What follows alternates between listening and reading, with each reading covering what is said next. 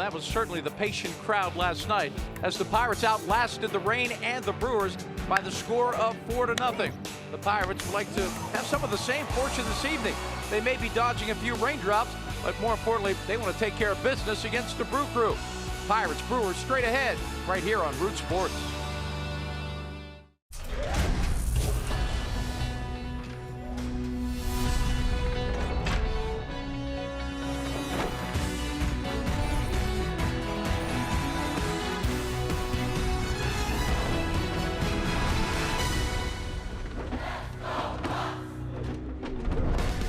Last night, Josh Bell sent this ball sailing toward the Allegheny River as the Pirates defeated the Milwaukee Brewers last night 4-0. The start of a very brief 3-game series homestand, and again a W over their National League Central Division rival, Milwaukee Brewers. Greg Brown, Bob Walk, Robbie Ince-Mikowski with you. Glad you are with us. Glad we played last night because the Pirates got that win. And Bob, certainly Josh Bell is glad that he is starting to swing that bat a lot better. Well, we're looking for some home run power this year. Obviously, there's a couple big bats that aren't in our lineup. And I think a lot of people are looking to Josh Bell. I mean, he's a big guy that can hit the ball a million miles. I mean, he's got all kinds of power. So why can't he be one of the guys that steps up and delivers some of that instant offense? He's got to be able to turn on the fastball, though. All home run hitters got to be able to hit that number one pitch. That's what he hit out last night, a fastball. On the mound tonight for the Pirates is Garrett Cole. He's pitched extremely well, really all year long, especially the last 3 or 4 starts, Bob. Now, he hasn't gotten the wins to show for it, but he's pitching as well as he ever has. Oh, certainly came out right from spring training with that power fastball. He's thrown several pitches this year, up over 100 miles an hour. So the stuff is not a problem at all. The problem is we've got to get him some runs. Get a little run support out there. Give him that first W. Last night, the Pirates were blanking the Brew Crew, picking up their second shutout of the year.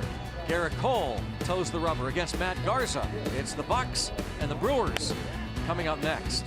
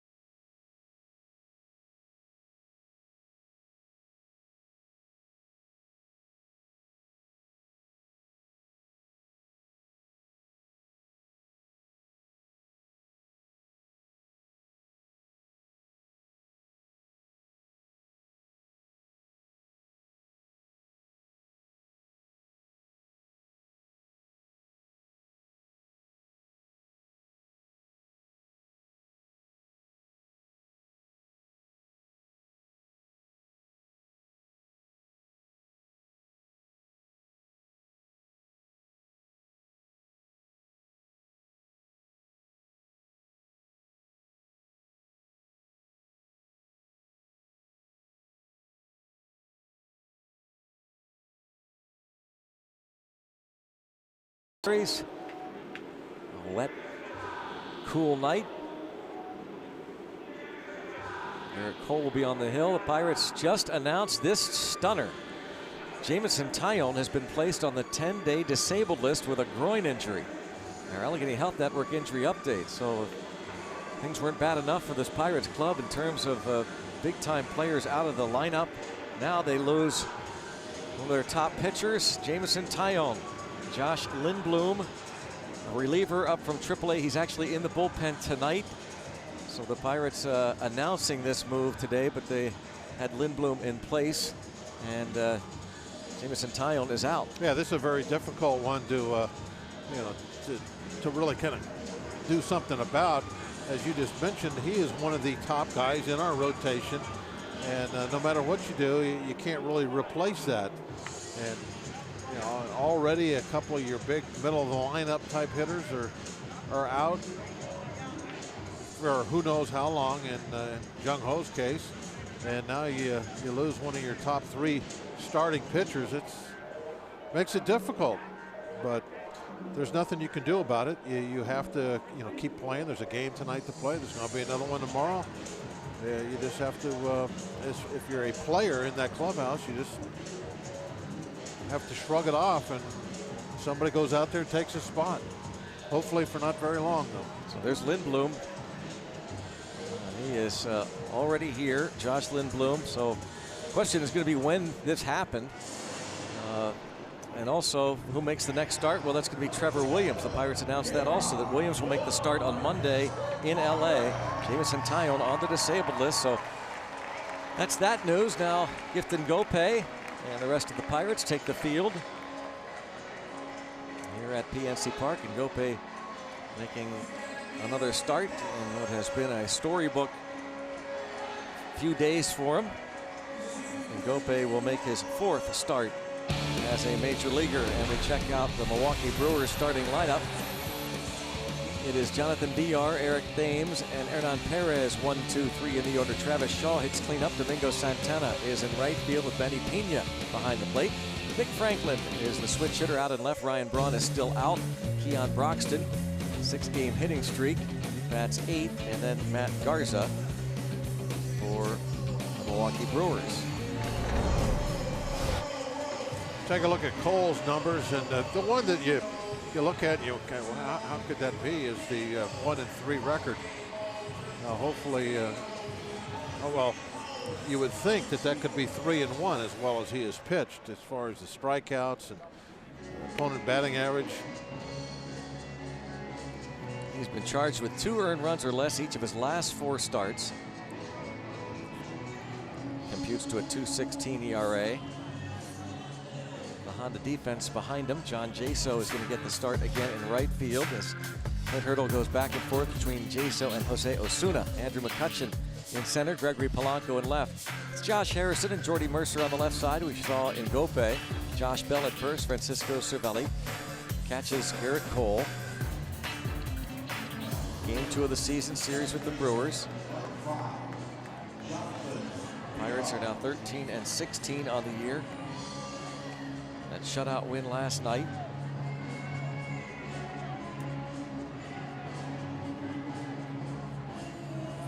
And Hurdle says, ready to go.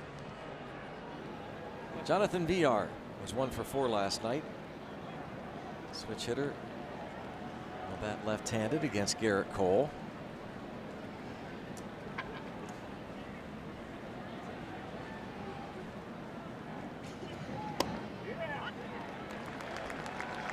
Oh, and 1.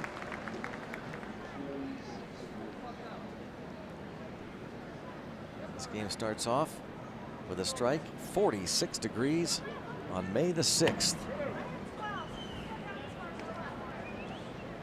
First pitch game time temperature.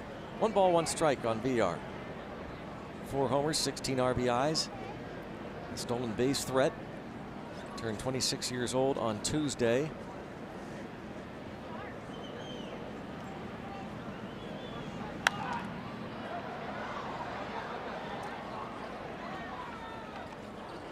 Stays a ball and 2 strikes on the second baseman. Villar is similar to Hamilton of the Reds. You definitely want to keep those guys off the base because they can turn in any kind of a single or a walk, any of that sort of thing into a double, both those guys.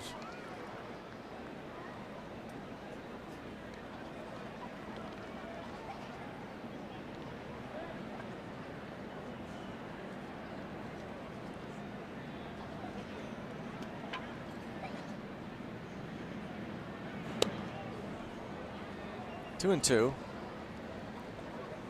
Cole has walked 7 in 36 innings, 34 strikeouts. The Brewers have struck out 284 times this year. That's tied with Arizona for the second most in the major leagues.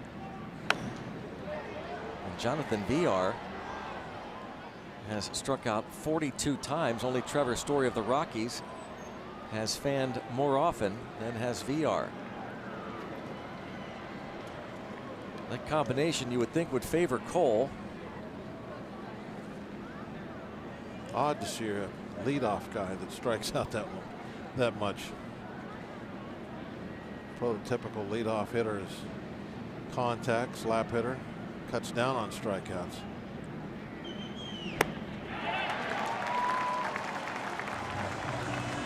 Got him, and that's the first out of the ball game. Changeup, I believe. Yeah.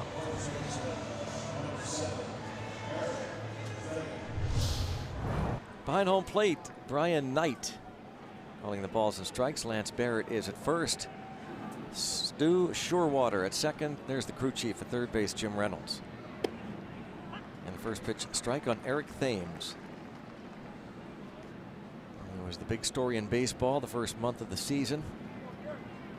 Still very impressive numbers, 11 homers, 20 RBIs. But perhaps teams are starting to counterpunch a little bit, as he's hitting 167 over his last 8 games. No home runs.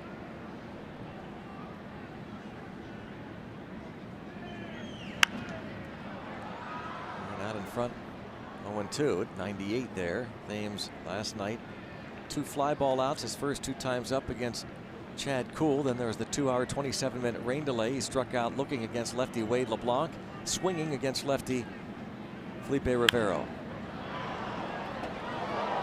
A lot of times home run hitters, they can be very streaky. And he certainly, since it became May, cooled off. Get the Brewers at the right time if he heats back up. Back-to-back strikeouts for Cole. Do that power fastball to speed up the bat, make the hitter commit to the swing earlier. And then he came breaking ball. There's that 97. That'll speed up the bat. And then you throw the breaking pitch and bat's already through there.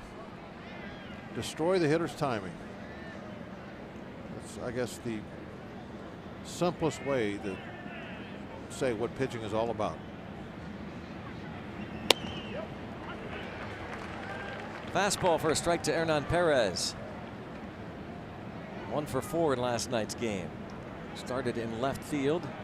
He's at short tonight. Orlando Arcia sits.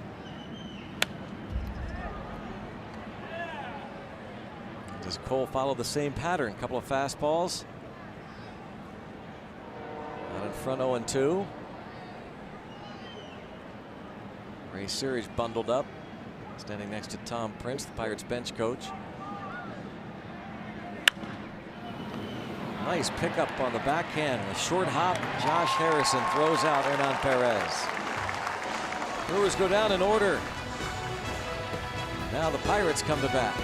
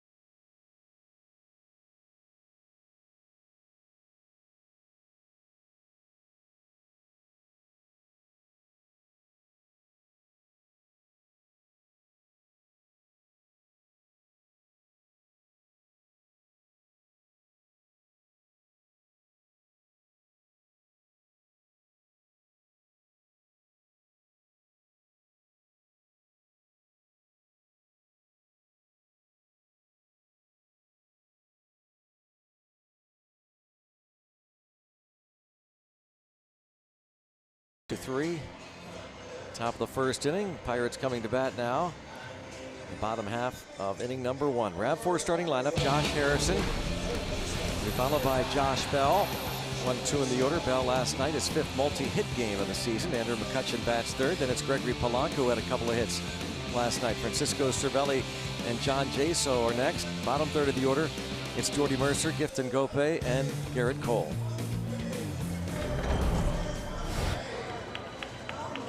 Take a look at Garza's numbers. A little slow start to his season, so he's only got a couple of games started out on the disabled list.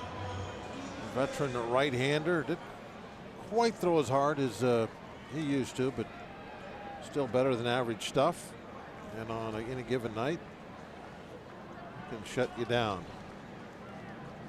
The Pirates announcing right after the game started that Jameson Taillon has been placed on the disabled list with a groin injury, and Garza started the season on the DL with a groin strain, and that is why he has pitched only 2 games so far this season. First pitch, ball 1. 33-year-old veteran Matt Garza. Jay Hay 0 for 4 last night.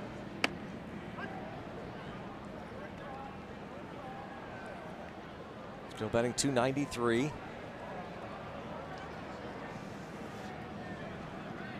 14th career start for Garza against the Pirates. He's 3-6 with a .443 earned run average. Nice stout wind blowing out tonight, a stout breeze. Got the flags all pushing out to the river.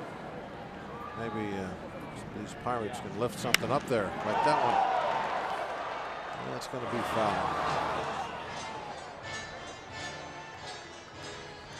2-2 on Jay Hay. It was on a little bit of a home run tear there in Cincinnati in front of the home folks where he grew up. There's those flags blowing straight out to center field. Garza gave up 11 and 102 innings last year, 19 starts. Dealt with injuries. Doesn't seem like really that big of a number considering he plays at Miller Park that can give up a lot of home runs. Good hitter's ballpark. 150 innings 2 years ago, gave up 23. But again, 102 innings last year, gave up 11. Matt Garza can be very emotional. He wears those emotions on his sleeve. He and the Pirates have had some interesting battles over the years. You might recall his ejection from a game here at PNC Park in September 2014 when he hit Andrew McCutchen. Both benches were warned, and that is a foul ball by inches. Jim Reynolds right there.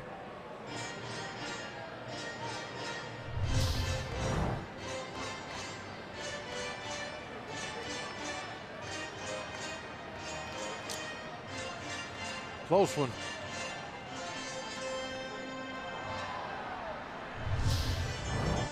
Two and two.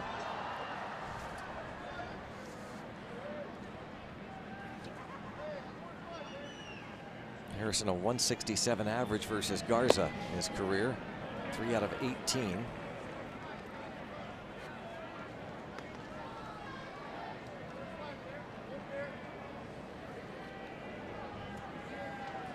Full count.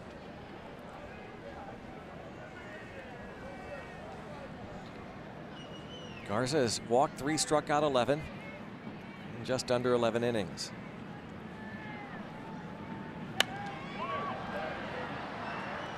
And so an early battle. Garza versus Jay Hay. Don't like this to happen when you're out there pitching. That first guy push you up immediately.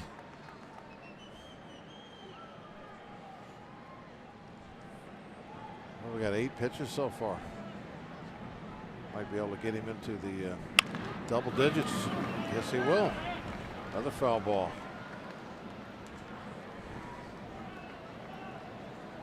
Jay Hay has walked 5 times, struck out 17 times. .366 on base percentage. Josh Harrison has been leading off almost exclusively over the past week or so. This is his 13th game as the leadoff man overall. Looks like Garza's going to get him. And that long at bat. Travis Shaw throwing on to Eric Thames. Check out how the Brewers look defensively. Domingo Santana did not start last night, but he's in right field. With Keon Broxton, the speedy center fielder. Nick Franklin is in left. And it's Shaw and Thames. You just saw them connect. Hernan Perez, Jonathan Villar up the middle with Manny Pena behind the plate. The Brewers have used 3 or 4 different starters in left with Ryan Braun out since Sunday.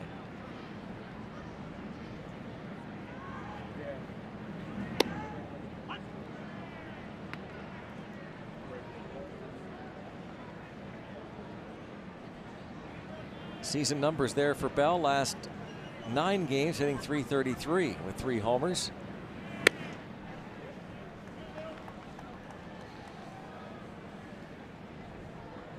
A lot of talk in Clint Hurdle's office today about Josh Bell.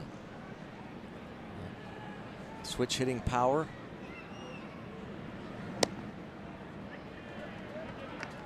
Seen it from both sides of the plate this season with a couple of homers from that right side. Well over that left center field notch. And we saw one bounce into the Allegheny last night from the left side. Very interesting to sit and speculate. Guess, what kind of a power hitter can he turn out to be in maybe another year or 2 down the road. Really feels his way here in the big leagues, learns the pitchers, ballparks. He's big and strong. He just size-wise, you think, wow, he could really turn out to be maybe a 30 home run guy, but more to it than just being big and strong. Might be more of an average, batting average hitter.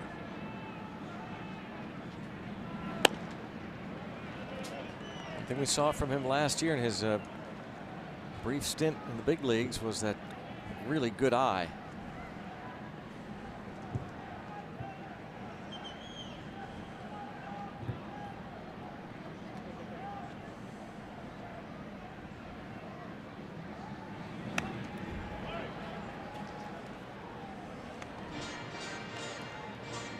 Well, about a 10 pitch at bat for Harrison, and now this will be the 8th pitch that Josh Bell sees from Matt Garza. Bell was 2 for 4 last year against this veteran righty. Who gets him?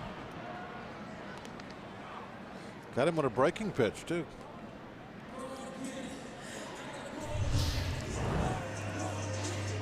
Off-speed pitch, kind of a slider upstairs and out over the plate. That's a pitch I'm sure Bell is surprised he swung and missed that one. I think that's the ball that you really don't want to throw Bell.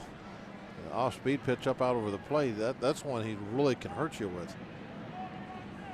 He's off the plate, he waits a while to commit to his swing, and that's the one he can hit extremely hard. High fly ball to Broxton. Pirates go down in order. We played one PNC Park. It is a 0-0 ball game.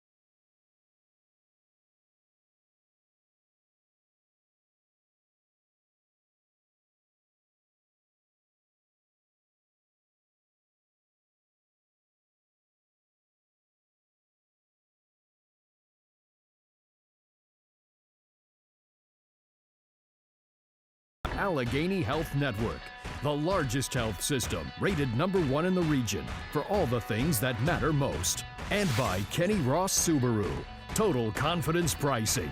Let's go Bucks! Head to the second inning.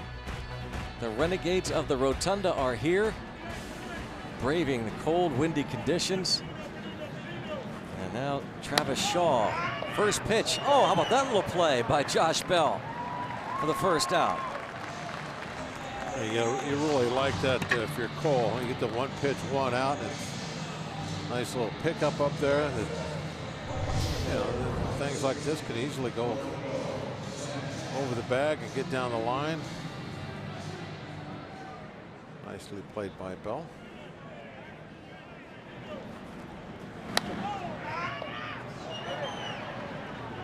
Kind of gave himself a little more room to get a longer hop. You have time to do that at first base. You don't ever have to be in a hurry.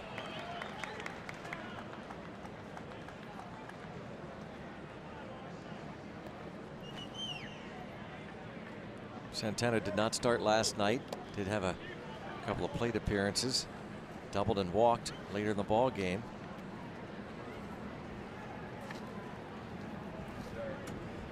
Acquired in the Carlos Gomez deal.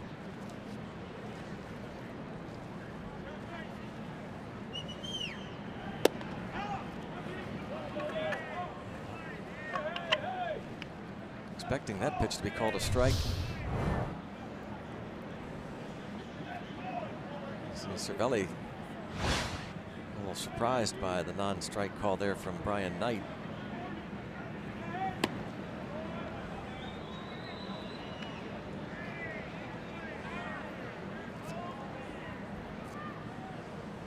Mentioned Santana being traded over in the Carlos Gomez deal. Gomez dealt to the Astros. Deadline trade 2015. And we've talked about at times a contentious relationship the Pirates have had with these Brewers. Garrett Cole a couple of years ago wasn't happy with Carlos Gomez admiring a fly ball that Gomez thought was going out, ended up being a triple. Cole yelled something to him as he was sliding into third, and some punches were thrown. Travis Snyder getting the worst of it. Martin Maldonado, backup catcher. And then later that same year, Garza ejected after hitting Andrew McCutchen twice in a game. September 2014. Craig Counsell is in his 3rd year as the manager of the Brewers. They went 73-89 last season. One out walk to Santana. Kind of stuff kind of can come and go with as the players change. But also, Greg, I've seen it to where it's just so ingrained in franchises where sometimes it never goes away. Where you always have that little something going on, you know, old rivalries. Just don't like them sometimes, right? I don't know what it is, but I think the feeling with the Brewers has kind of gone away, don't you? You get that? It's like it's not that big of a deal anymore. It was really strong for a while, and before the Brewers, it was kind of the Cardinals, I believe. Yeah. A fastball that snap hook to it. Wild pitch. I remember basically the two coaching staffs. Yeah. Squaring off behind the batting cage down here one day with the Cardinals. Well before game time. Yeah. That was back. Gerald Perry, I think it was, and Lloyd McClendon. Yep. Right. Dave Duncan and who was the manager? It wasn't Red Shanedeast, was it? No, that was more recently. Whitey? Herzog? No, it wasn't Herzog.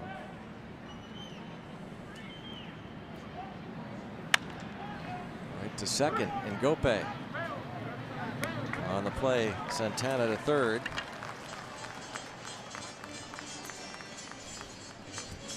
Zach locked the door. Thank you, Zach.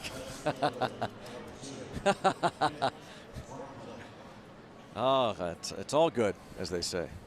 Just having some fun. It's a long season. You got to have some fun, Bob. Absolutely. I agree with that 100%. People take themselves 100%. so seriously. 110%. Yep. Nick Franklin.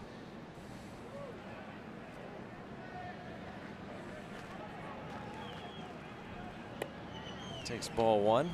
Franklin hitting 162, had 3 hits last night. Switch hitter batting left-handed. He's got that scarf that acts like a hoodie. I think Ryan Braun started earlier this year wearing.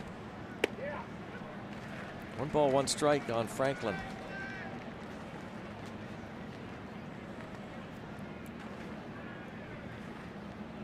Braun has a tight right trapezius muscle, so he has been out since Sunday. He actually returned to Milwaukee for an MRI yesterday. Was supposed to be back in time for tonight's game. There's some heat for Franklin. You see him shaking his head. Yeah, when you get the 97, you put it in a spot like that, you can see how late Franklin's swing is.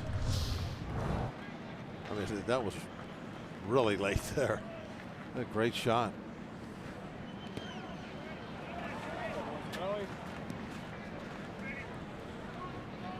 Breaking ball blocked there by Cervelli, so Santana holds it third.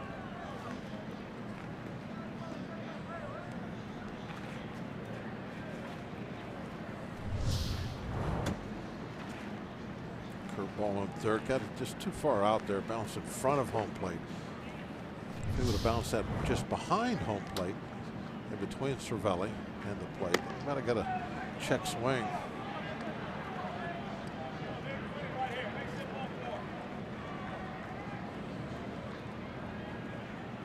When that ball hits in fair territory, you're not going to get too many swings.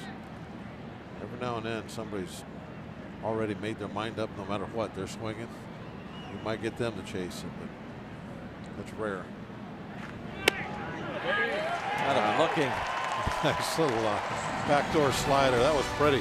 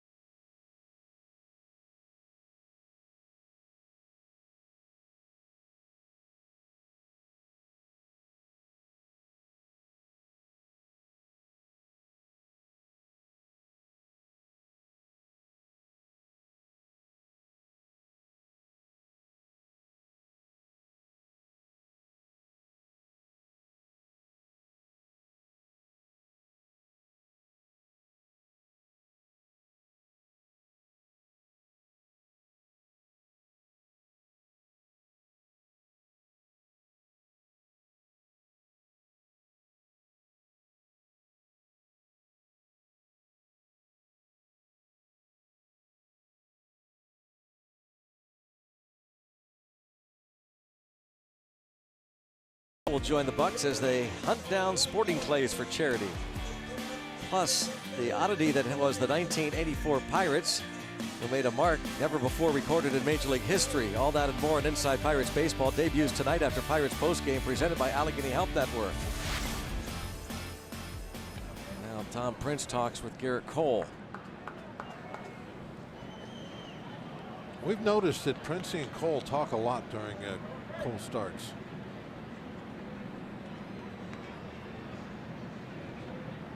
They've kind of developed a little relationship. They're talking about the the opposing hitters. Princey obviously an ex-catcher, and ex-catchers and full-time catchers, they have a lot to say about your pitching. I noticed that right off years ago.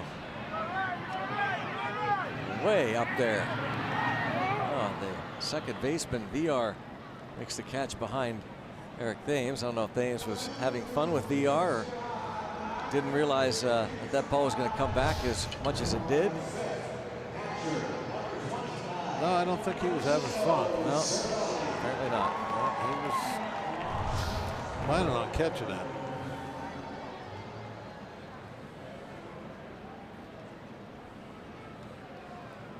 Thames charged with a big error last night. Yeah, I don't think he's happy at all. Cervelli at the plate now. Get those big gray clouds up there right now. Before it gets dark, it's going to be tough sometimes to pick out those high pop flies. Well, the other way, over the head of Santana. Once again, Francisco Cervelli. Talk about a deceiving batting average of just .220. That is as loud a .220 batting average as you will ever see. Yeah, they got that OPS up there quite a bit, and I think a lot of people, they'll look at that just as much as batting average. You see how hard you're hitting the ball, and he's hitting it hard. It's a hard .220. That would be the what the old school coach would say.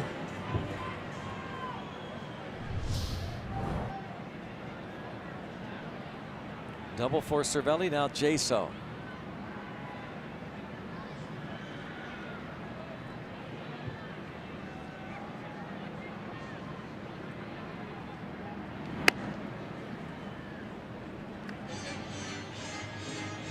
Jaso did not get an at-bat last night, did play late in the game. He's been a defensive replacement for Josh Bell.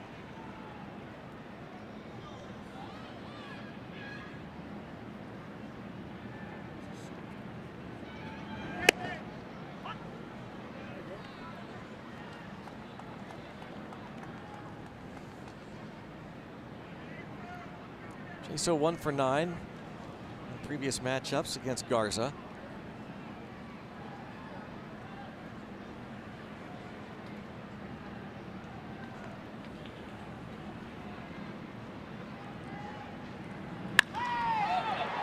Toward left center field, Broxton going over toward the gap. And how about that drive by Jaso? Francisco Cervelli is at third base despite a double into the left center field notch. Well, sometimes, Greg, I feel like a broken record. You ever feel like a broken record? Yep. I have talked about fly balls to left with a man at second and one out so many times. It's always about, why do people think they need to tag up? What is the purpose of tagging up on that? And we continue to see it. I got on my soapbox this spring training about that play, and it's just see it all the time in baseball, and I don't get it. That is pretty go halfway. Incredible. If the ball is caught, go back to second. You're already in scoring position. If the ball's not caught, run home. But you go back to tag. You can't hit a ball farther in this ballpark without it going out. And the Pirates had a runner at second base, and he doesn't score on it. Well, Mercer's going to make that all. Doesn't matter.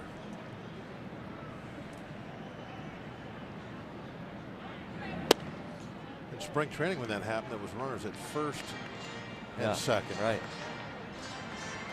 And you know what? I think it was Hansen that hit the ball. I think it was. And he ended up getting thrown out. He didn't realize that they didn't run. Right. So he was going for a double, since you should have been a double. And then he got to second. It was already occupied. He had to go back to first. They threw him out at first base.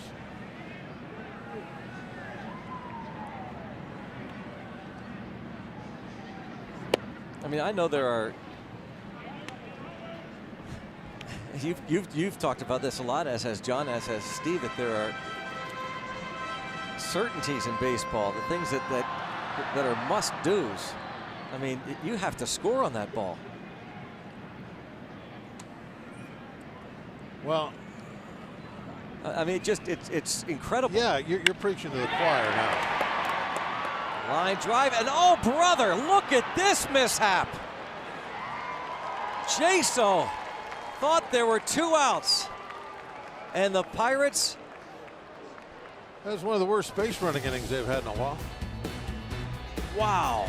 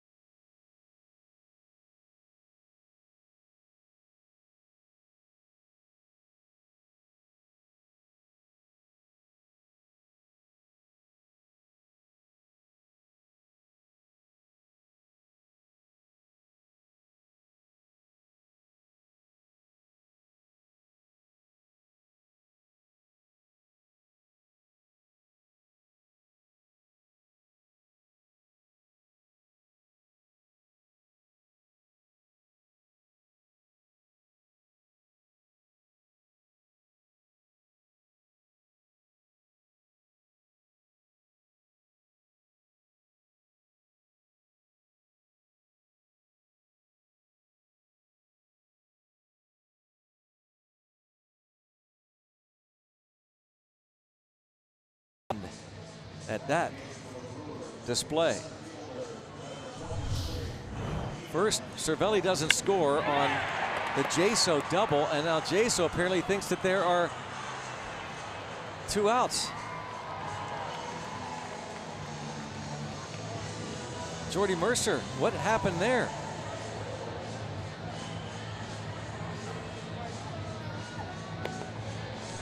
See Jordy look at the scoreboard? Wow. He thought maybe he didn't know how many outs there were.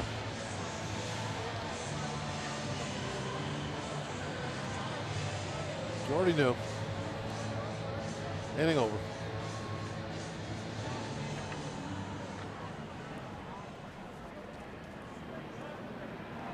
And now Cole saw a possible at least 1 run, maybe a couple runs disappear. He's got to go out there and just keep doing his job.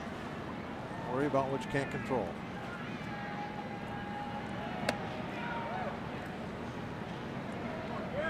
Well, here's Keon Broxton.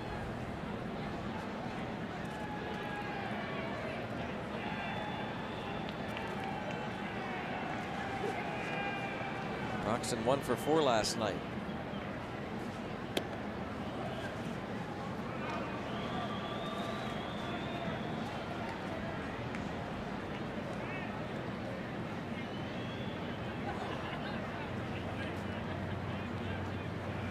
Cole has struck out 3 of the first 7. Broxton, another candidate. He has struck out 35 times, 81 at bats. You know, that's one of the reasons he has such a hard time striking out. In that scenario there, he's got a 2-0 count. So you're trying to kind of keyhole on one spot, one pitch in one spot that you really want to hit. And so what's he swing and miss 2-0? A ball well out of the strike zone. When you do that kind of thing, you're going to really elevate your strikeout numbers. And now Cole's got him in a position to maybe put him away.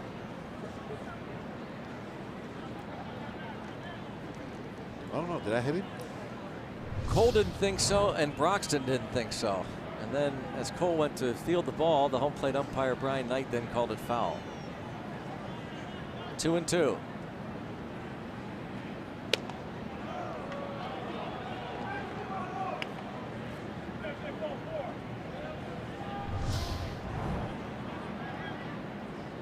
see that number 3 pitch. That's the one he chased on a 2-0 count. And that's one of the reasons he has a hard time with the strikeouts.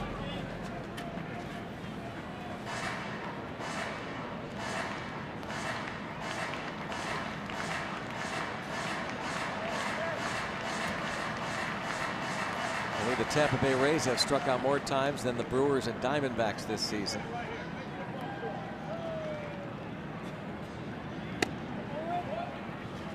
Ends up walking them. And Broxton is certainly a threat to go. Pitcher Matt Garza will be coming to the plate.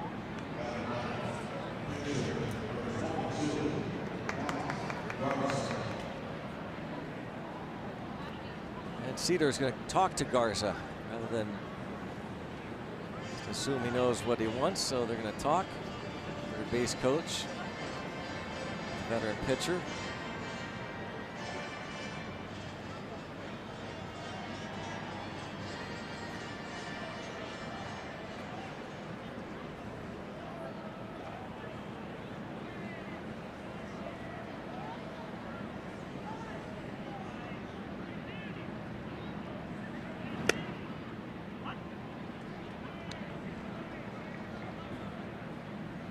What he told him.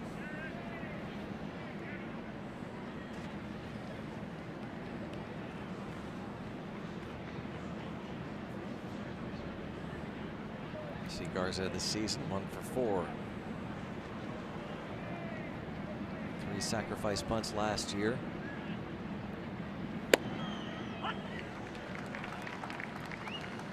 Garza's awfully picky, isn't he, about what kind of a pitch he wants to bunt? 2 pretty good pitches there to bunt. Right in the middle of the strike zone. He said no to both of them. Not breaking pitches, fastballs. Very much in the middle part of the strike zone. And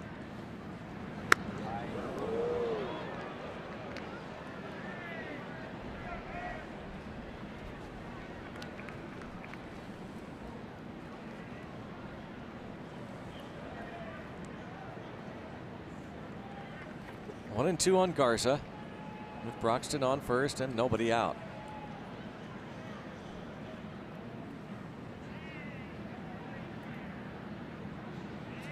Broxton takes off, and it's bunted foul for the strikeout.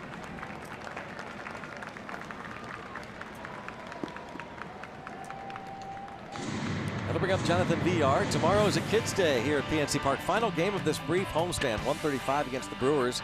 Fun and games before, during, and after the ball game. All kids 14 and under get a Pirates jump rope compliments at Allegheny Health Network tomorrow.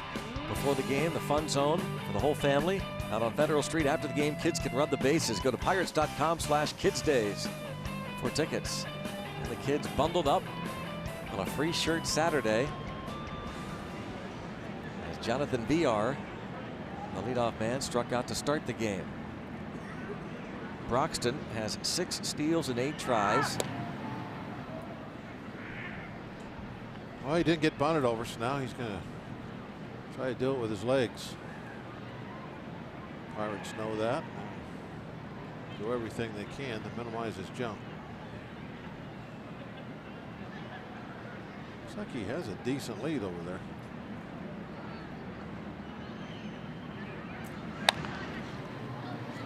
He waited a little bit there, so the lead man is erased. Ngope to Mercer.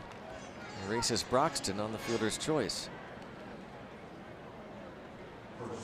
Looked as though he actually kind of waited for that ball to pass him. Thought it was interesting that VR, who is a base stealer himself, decided not to give Broxton a couple of pitches to run on. First pitch he saw, he put it in play. Let's see if Thames does the same thing. He takes ball 1.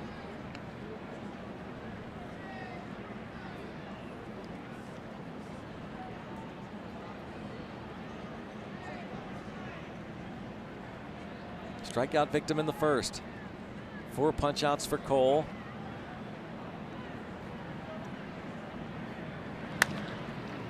There's Ngope again to gobble it up. And on to first. Through 2.5. It's 0-0.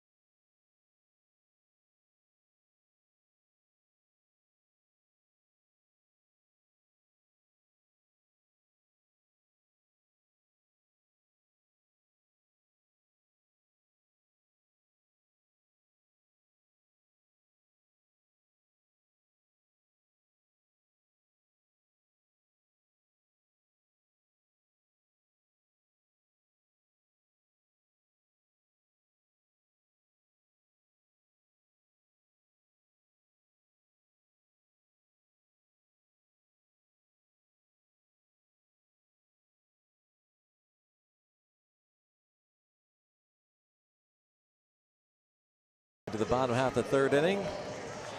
Kentucky Derby Day. Looked like it was a little wet Louisville. there, wasn't it? Barrel league leaders. Plate appearances by rookies. The Pirates are third behind the Padres and Mariners in that department.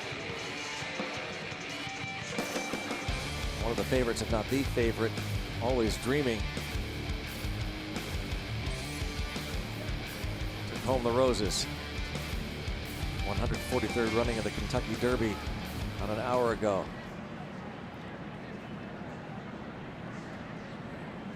Ifton Gope, 6 hits and 17 at bats.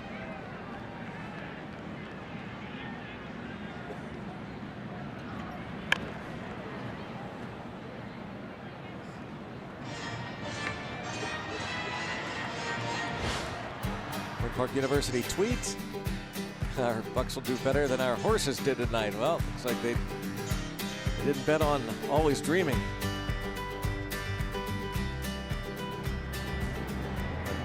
Decked out in Derby black and gold colors. Strike on Ngope.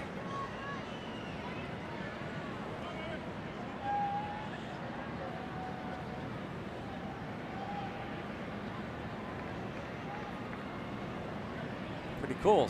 I think wouldn't mind seeing you all decked out sometime at your Sunday best. Well, don't have to wear a hat like that, but I'd like to, if you maybe one day you and Joe on a Sunday. I know you got those cool gold jackets, throwbacks from the 70s. But why are you so jealous of all those jackets? I'm not jealous. I have my own back there. Gope chases the ball in the dirt. I mean, you don't ever get to wear yours. Just because I don't wear it on camera doesn't mean I don't wear it. No, you don't ever wear it.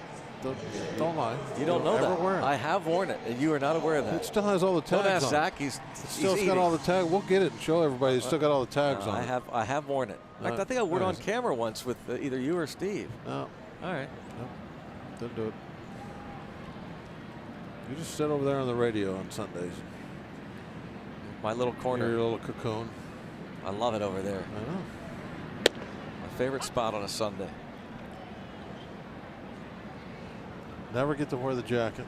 Nope.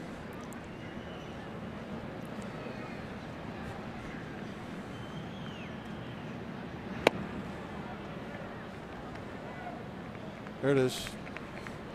Oh yeah, you put Blas's jacket on my hanger. That's a good move. Look right here. Right here. Look at that. Tag still on it. Tag still on it.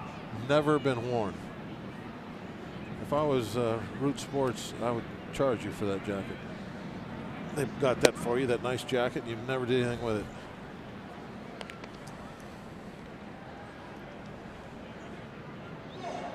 Steve his jacket's been worn. Mine's been worn. Why has Steve's been worn? Why would his has been? Why? I don't get that. He doesn't work here on Sundays either. He's on the radio with me. That doesn't make any sense. Well, his jacket has been worn. Well, how do you know that? Because I wore it. Aha. And why won't you wear your own? Why'd you wear Steve's? Because for some reason they got me one smaller than Steve's, and as we can tell, I need one a little bit bigger than Steve. So I wear Steve's. He's got the big jacket.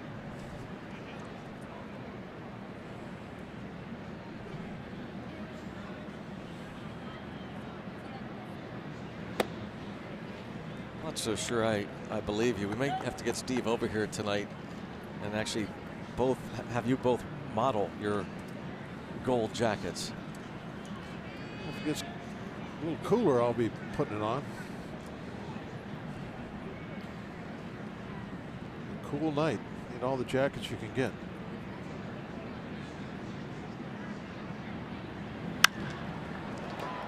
To right, and Domingo Santana. Going to make it a 1-2-3 inning for Matt Garza. As Jay Hay flies out to right. There you go. Oh, this is nice. Whose is this? Whose is this? Whose jacket is this? Don't touch my jacket. That's my parka.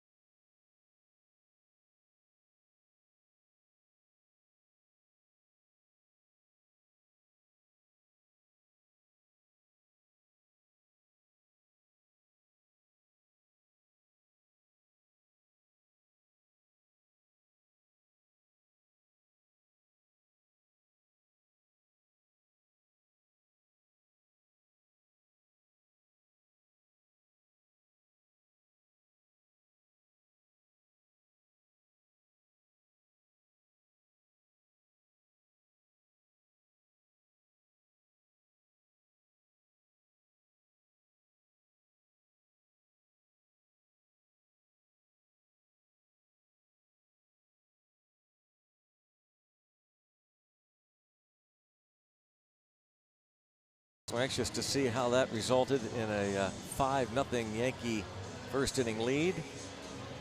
And the Cubs trying to bounce back from being stunned yesterday. They had a 2-0 lead. They were a strike away from getting the first win of that series when Brett Gardner hit the 3-run homer off Hector Rondon in the 9th at Wrigley. Bit of a stunner here that the Pirates are not ahead. They certainly should be at least 1 or 2-0, but to Garrett Cole to try and put up another 0 as he faces Hernan Perez. Saw a headline today say the evil empire is back. The Yankees certainly look like they're going to have a lot to say this year about the postseason. Yankees 18-9. That ball hit well to left. And it is 1-0. Hernan Perez, his 4th home run to give the Brewers the lead. The 7th home run allowed by Cole. Number 4 for Perez. Yeah, this one a little elevated. I think it was above the belt. Didn't really go way upstairs with him, but let's take a look at the location here. Oh yeah, that was a lot higher than I even thought it was. It was well above the belt.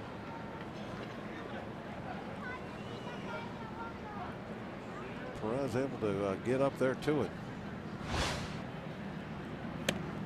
Major League leading 50th home run for the Milwaukee Brewers. I really kind of thought that that's going to be the what we're going to see tonight. Going to see some home runs from both these clubs the way that wind was blowing. Ball. Crushed. That's going to be a foul ball there, huh? That hit the charity sign. I believe it did. We already had a dent put in it earlier this season. The ball lands down there by the Riverwalk.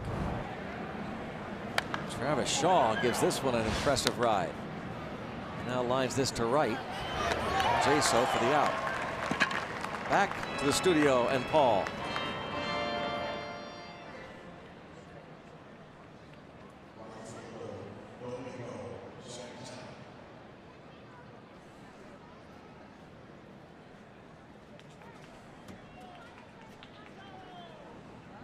All right, Paul, thank you.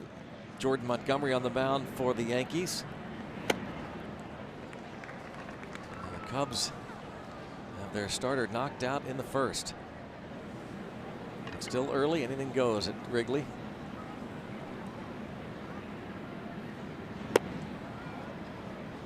Depends on which way that wind's going. If it's blowing out, that 5-run lead can be meaningless.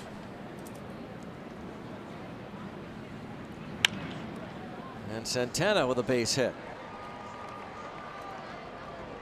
So 3 hard hit balls in this inning off of Garrett Cole.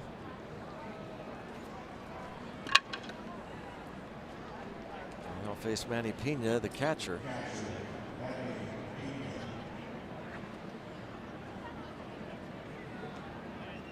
Cole, not a lot of runs to work with this year.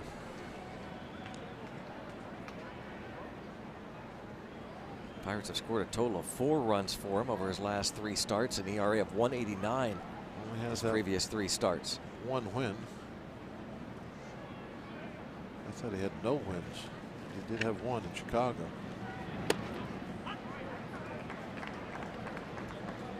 Did you say that in the open? Yeah.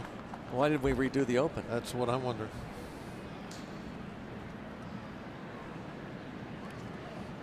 Make a mistake like that and they let it run. I guess so. I'm gonna blame it on Zach.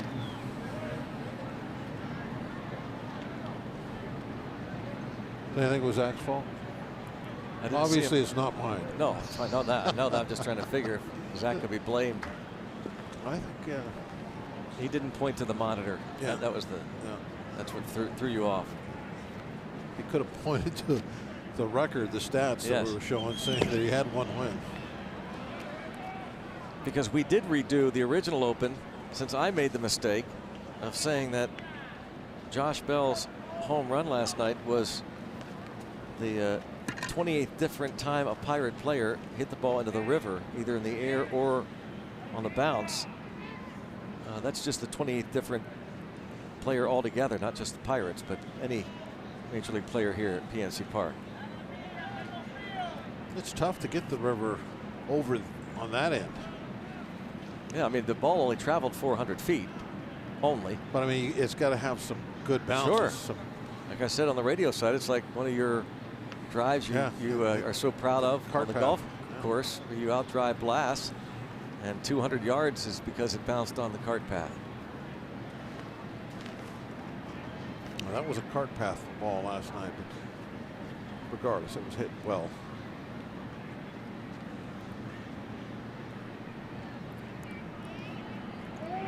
Runner takes off, fouled off. Santana was on the move. Trying to play a little hit and run, I believe, with that 1-1 count.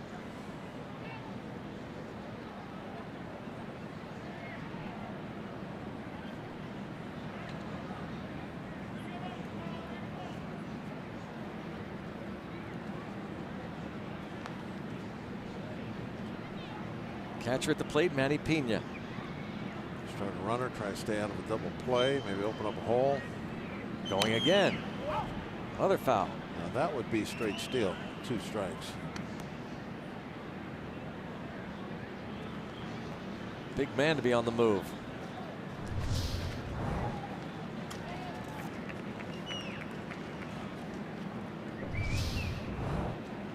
That's a pretty good chase there. Throw a 2-strike breaking ball that far off the plate away. Normally you got a strikeout if you get a swing at it. 5th K for Cole.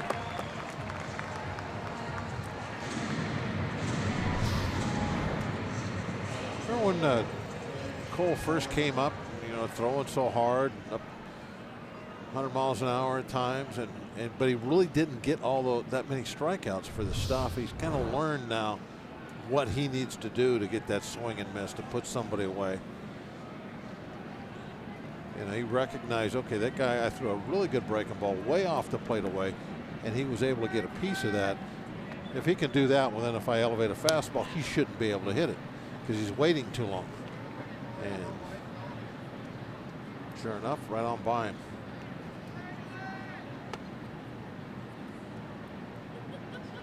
So you have the arm that Cole does. You should be able to strike out, what, hitter an inning?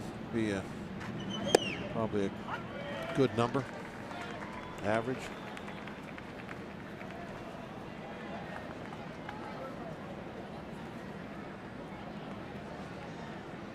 I'm sure liking what he sees tonight.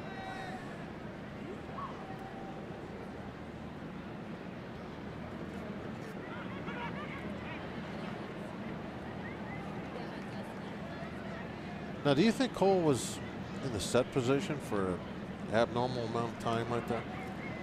I didn't feel like he was like maybe 1,001. That was it. A long time. So why give the hitter time there?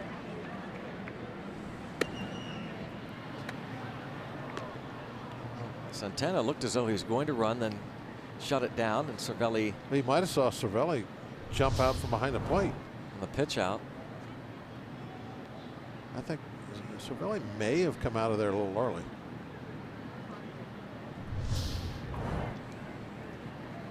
Okay, try to disguise it a little bit.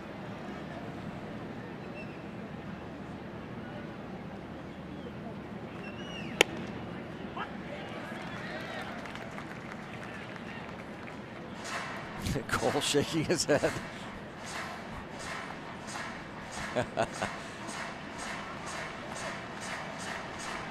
Talk about wearing your emotions on your sleeve. You always know what he's thinking.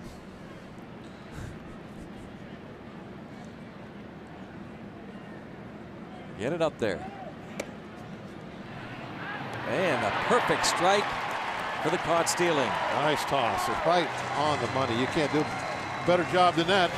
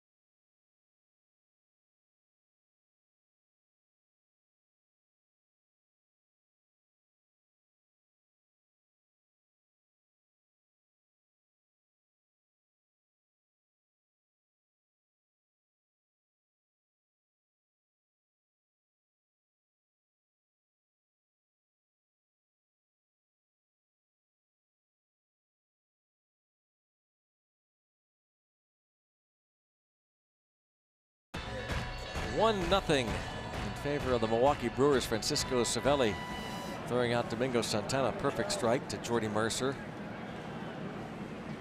Well, Josh Bell leads off.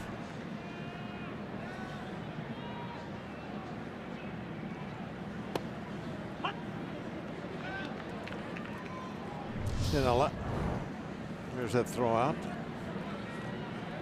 The location of this ball, right there.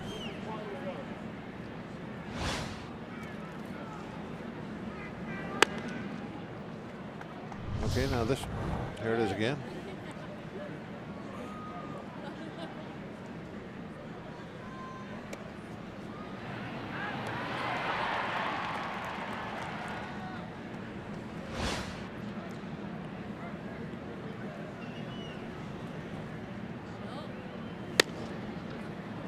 Now last time up he went curveball for a strike, fastball up and in, and then came back changeup.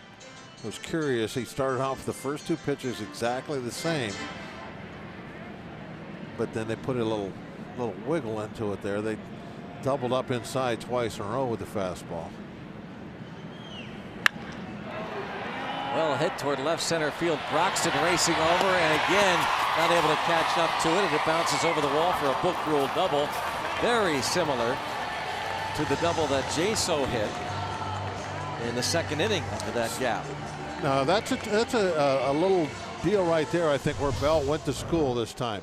They saw that changeup away after he went curveball, strike one, fastballs in. This time they threw two fastballs in before they went to the changeup. A little bit of a difference there, but not much. And he was waiting for that changeup away, and drives it into the gap, into the notch, bounces it over for a double. I like to see a young guy when you can tell he's thinking about that very first at bat and how they got him out and what they were throwing him. And he makes that adjustment, does something different, and gets a double for it. Well, Andrew McCutchen, a bunt.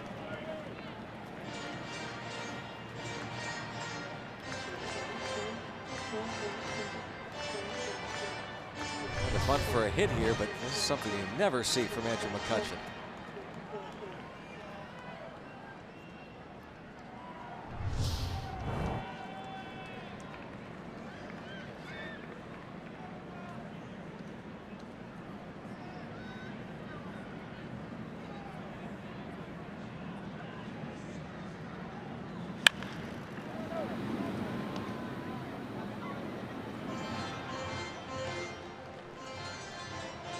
Two McCutchen flied out to center field in the first.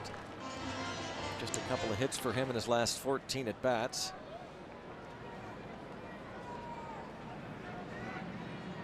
Fly ball to center field now. If he gets it deep enough, would be a positive out. Try to get Bell. Well, there's nobody out right now, so you want to get Bell to third, even if you don't get a hit yourself.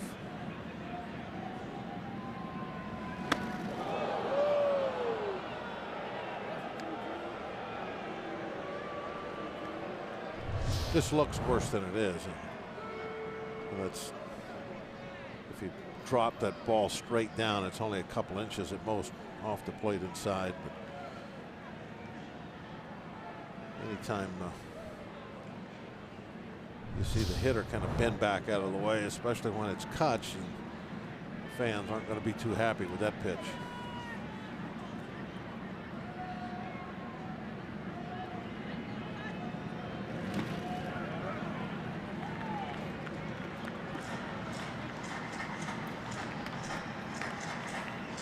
Two count on McCutchen. 15 runs batted in.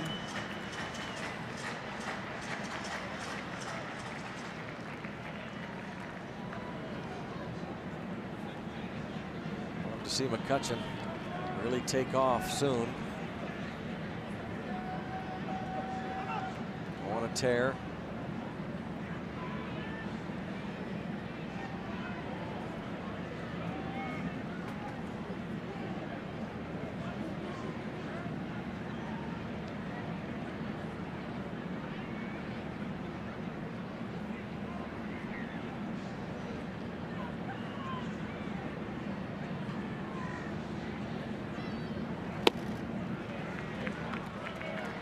the hole early. Now it's gone to 3-2.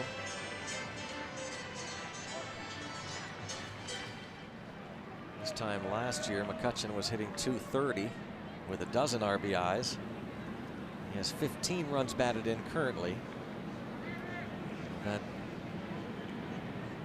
stake on the table in the person of Josh Bell.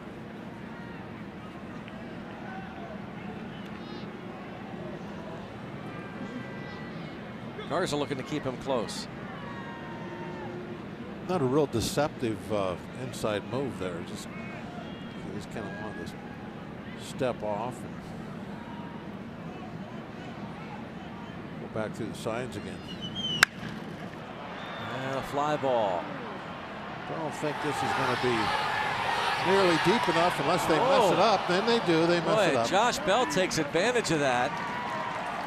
Heads up base running from Bell as the two collide. And he goes 90 feet. Not exactly textbook there, is it?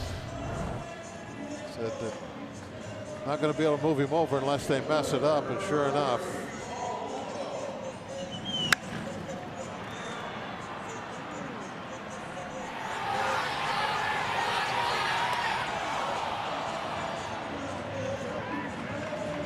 You know, looking at that replay, Greg, it looked like Bell had made his mind up. Hey, I'm going to make him throw me out. I was just going to say that. His intention was to go, because he didn't see that collision. His head was down.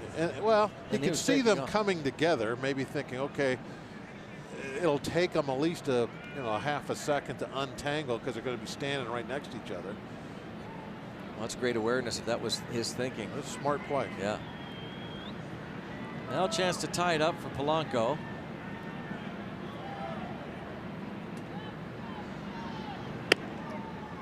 It's like, what scenario would that ever be a left fielder's ball?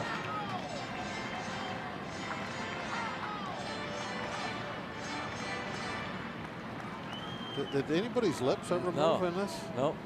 I guess they were just like they were doing it with their minds or something there. Neither player, their lips ever moved. Broken bat roller to first. Bell will score on the ground out by Polanco, and it's 1-1. That's on the outfield. And on heads up play by Bell.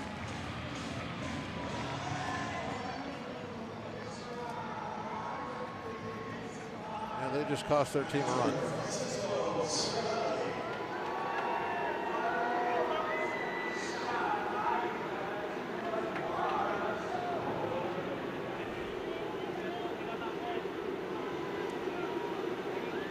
See that shot of Craig Counsell. He's not too happy right there.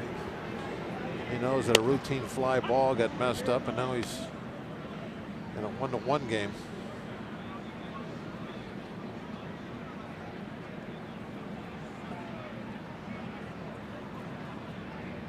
So both managers not thrilled with what's transpired in this ball game. Cervelli to third for the final out of the fourth, but the Bell double moving up 90 feet and scoring on a ground out. It's 1-1.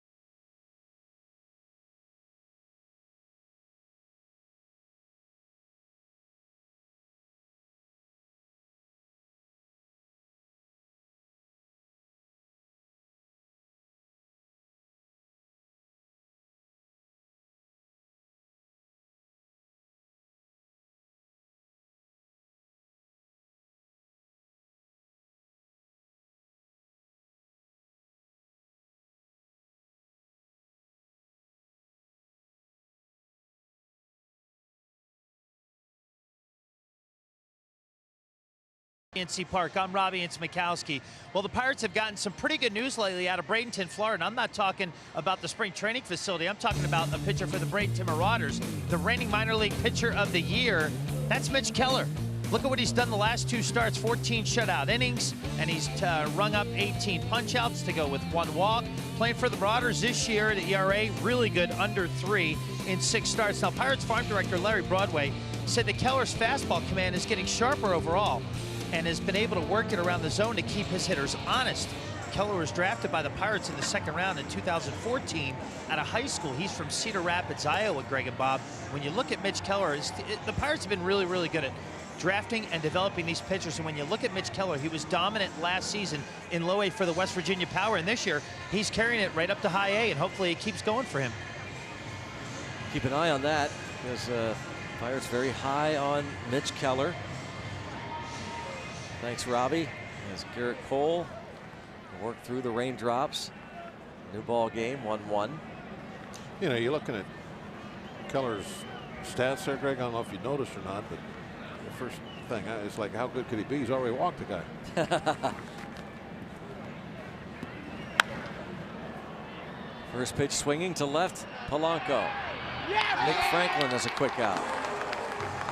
By the way, better results tonight too at the AAA level for Stephen Brault. Good to see him go a strong 5 innings, give up a run, a couple of walks, and struck out 7. Saw Stephen Brault last year and in spring training, working with Ray Searage. Keon Broxton walked to lead off the 3rd. See how efficient Cole can be here.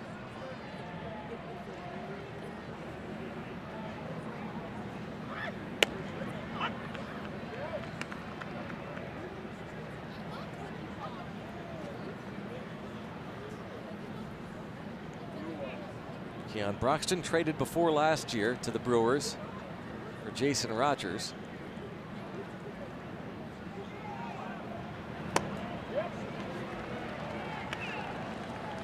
Now Cole appears to be in the driver's seat here against Broxton. Broxton struck out 88 times last year in just over 200 at bats.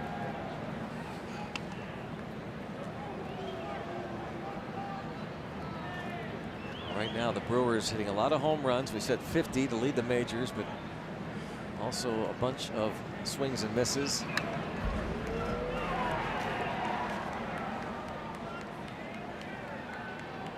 Cole going back a little more often now, trying to keep those cleats clean. He's got those hard rubber fingers out there, and with the I think what he's doing right there is he's talking about the footing, because right after that he went to clean his cleats. He's got that mist, that light sprinkle coming down. So you're constantly going to be fighting that battle of trying to keep your cleats clean so that they grab when you hit. There you can see his cleats in the dirt.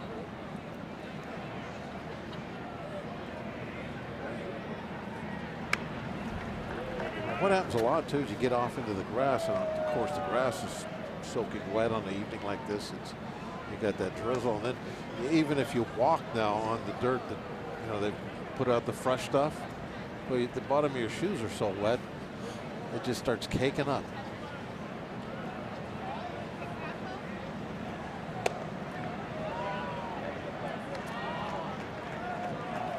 Now 3-2.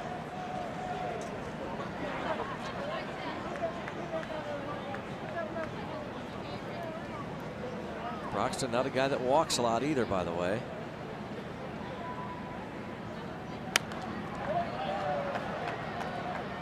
Cole having a tough time putting him away. Lakeland, Florida native.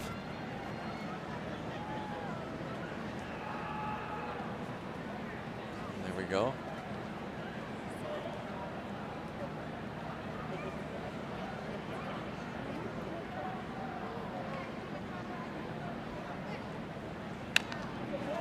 Another foul.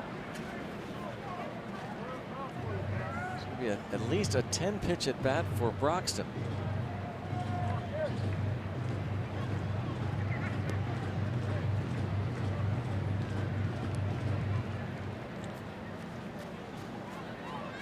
A couple of decades ago, you wouldn't have thought too much about it. You know, you get a little bit frustrated, but now those at bats that go double figures, it really, you know, you're standing out there on a mound and you're thinking, this guy's taking an inning away from me, because the pitch count is such a big deal nowadays that you can lose an inning over a couple of at bats that, even if you get outs, they go a long time.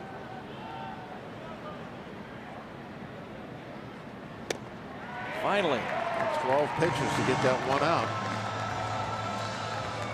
So his pitch out goes from 61 to 73 just in a one hitter.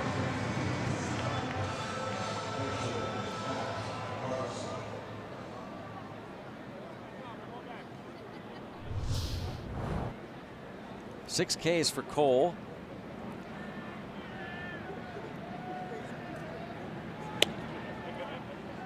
Garza bunted with 2 strikes, foul, so he was a strikeout victim in the third. Cole had a 1-2-3 first inning.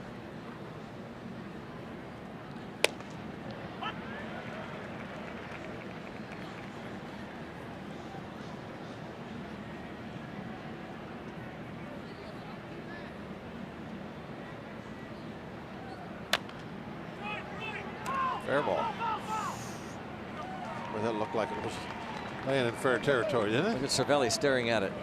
Well, not even moving until just now. Staring at the area.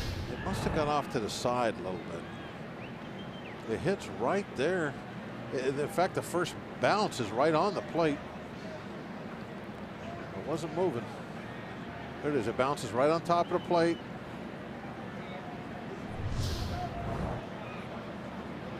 The plate is fair territory. So if he picked that off the edge of the plate, then that would be a fair ball. And that's a fair ball. Gifted Gope on That's the a guy, Josh Bell. that's a guy that doesn't miss him. 1-2-3 for the second time tonight for Cole. 1-1 after 4.5.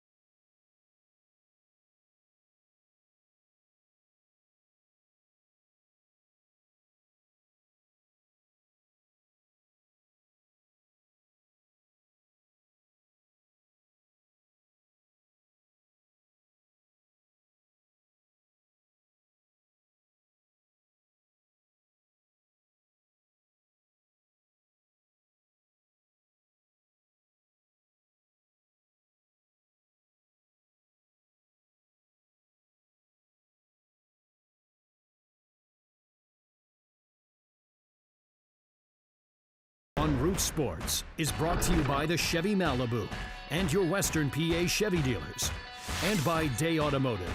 We're gonna make your day. Let's go Bucks! 1-1 as we move to the bottom half of the fifth inning here at PNC Park. Day Automotive, this day in Pirates history. This day 1906, Pirates lose 5-1 to the Cubs at rainy Exposition Park. Pirates made history that day, became the first team to use a tarp. Made of canvas, used to cover the infield. Manager Fred Clark later patented the design and named it Diamond Cover. In his life, Fred Clark also held patents for flip-down sunglasses and a sliding pad, among other things. I think he needed a better marketing department. Diamond Cover. Hey, that's good. I like that. Now, that's my favorite day in history so far this year. I like that. I mean, the manager thinks of, let's cover the infield, and I'm going to patent a design. Diamond Cover. I'm going to use that name. They're bringing out the Diamond Cover. You might not be able to use it. It could be trademarked or something.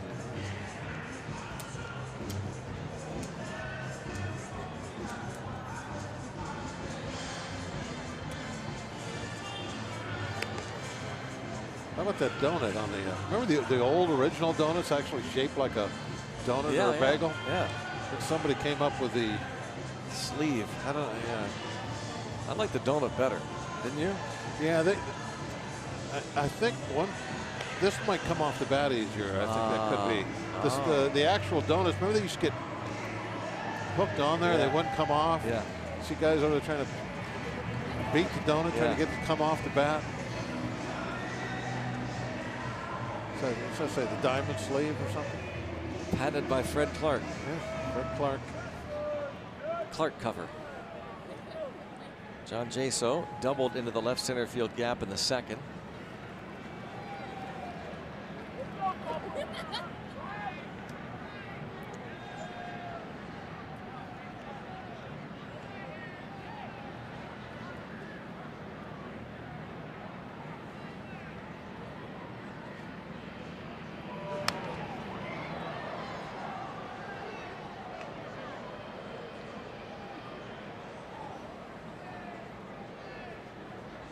Jaso, Mercer, and Gope. So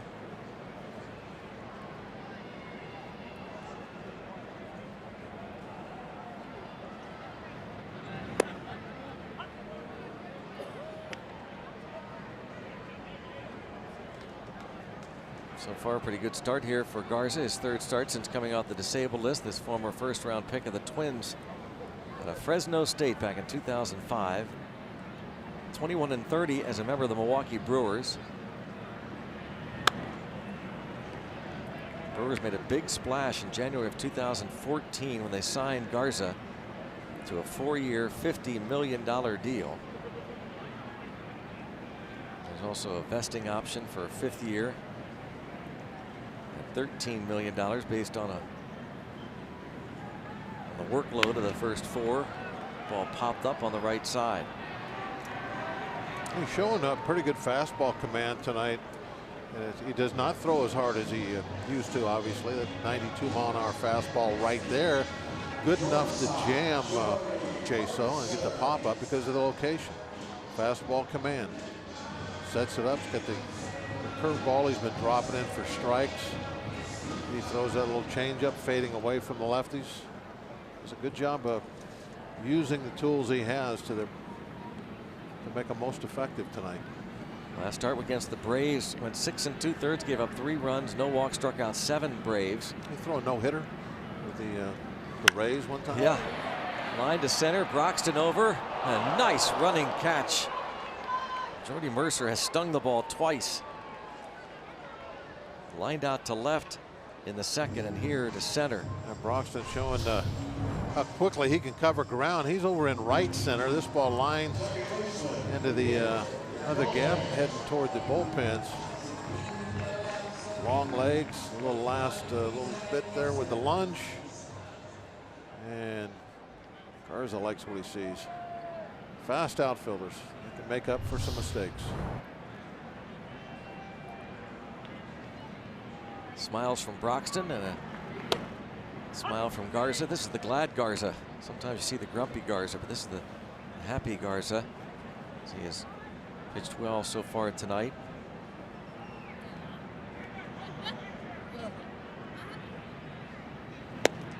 Got into a Twitter war with actress Jessica Chastain this winter, did Garza.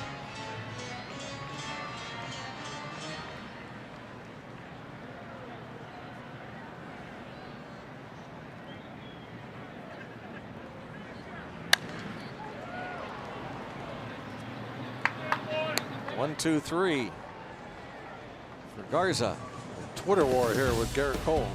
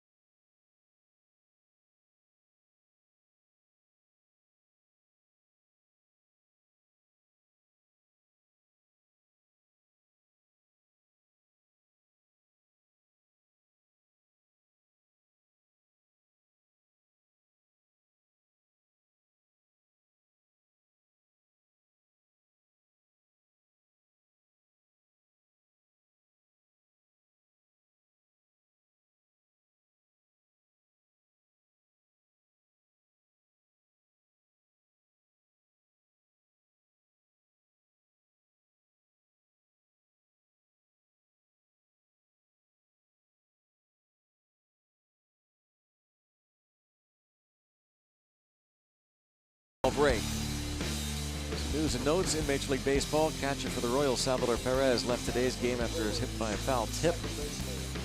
242 with 15 ribbies in 26 games for the Royals. Noah Syndergaard on the DL left Sunday start with a torn right lat muscle, and he's not going to throw for at least 6 weeks. The Mets are hosting the Marlins tonight, lead 5-1. There's a rain delay there. Mets having a hard time keeping the pitching staff healthy, aren't they? That's always a big issue. Always health that probably is more important than anything else. In case you're just joining us, the Pirates placed Jameson Taillon on the 10-day disabled list at game time due to groin discomfort. In the press release, the Pirates say it's unrelated to his previous hernia surgery from 2015. And to take his place on the roster, Josh Lindblom up from AAA Indianapolis. He's in the bullpen. Taillon was scheduled to start on Monday in LA when the Pirates begin their 7-game road trip out west. And now Trevor Williams will start in his place. Jonathan Villar leads off against Garrett Cole in the 6th inning.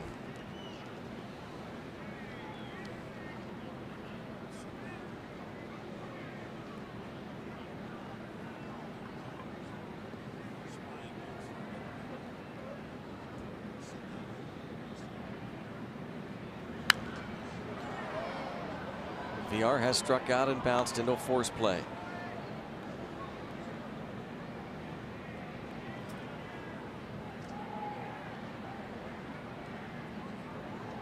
Taking over everyday duties at second base now for the Brewers. They let Scooter Gennett go spring training. Picked up by his hometown team, the Reds, who, by the way, are crushing the Giants again tonight. Cincinnati won 13-3 last night, hosting the Giants. They're up 11-2 in the 5th inning this evening.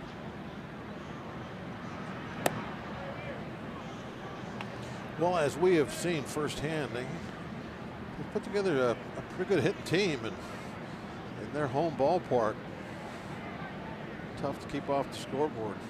And they've hit 3 homers tonight. Eugenio Suarez, Patrick Kivlahan, strike 3 called. And Adam Duvall have hit home runs for the Reds.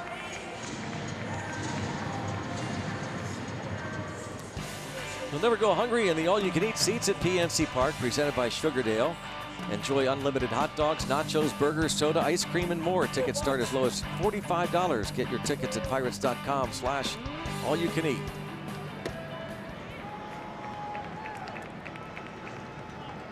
Eric Thames has struck out and grounded out.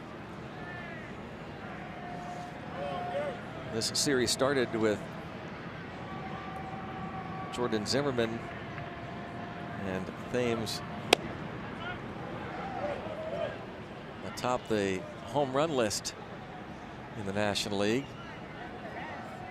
Ryan Zimmerman of the Washington Nationals homered again tonight, so he has 13 after hitting his 12th last night to take over sole possession of the home run lead in the National League. And he added one tonight as the Nats are up on the Phillies.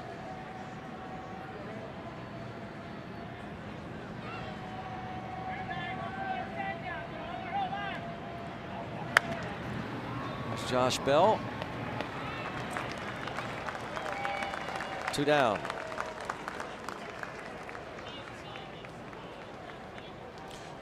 Looks to me, Josh is starting to look a little more fluid over at first base.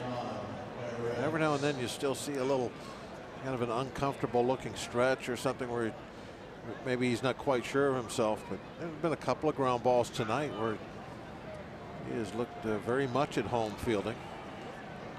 That one earlier where he gave ground a little bit to get a little longer hop.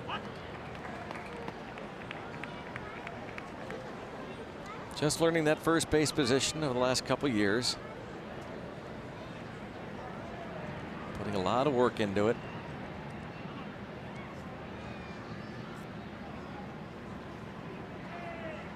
Spends a lot of time on his defense.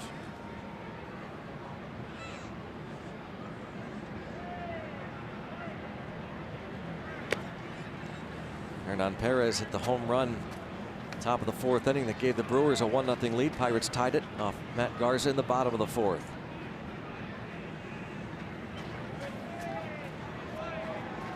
They hit a home run last time up, so here with 2 outs he's going to bunt. Harrison to Bell. Well, the second consecutive inning, Cole has a 1-2-3 frame.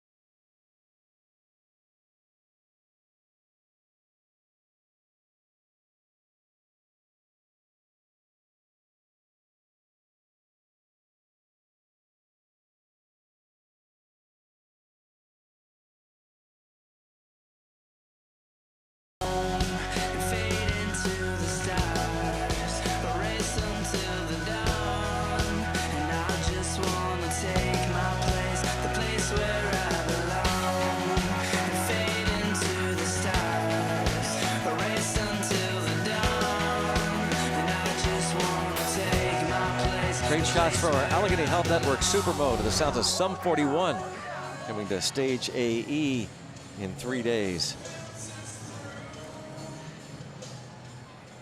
This look from Alexis Club. Garrett Cole will lead things off against Garza. Not free screen there. See that? No knots. I noticed that. No knots. Fred Clark patented that. Yeah. No knot netting. Yeah.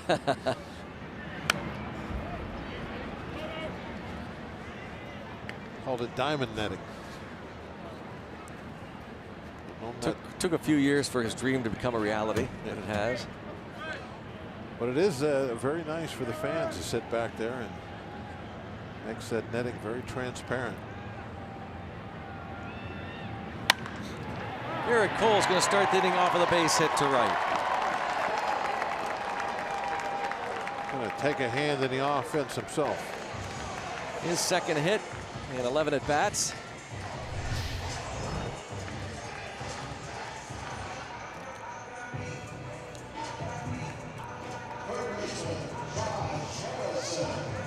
Just gets the head of the bat down to the ball, gets the ball put in play, and found a hole. A little cool tonight, so he's going to go with the coat.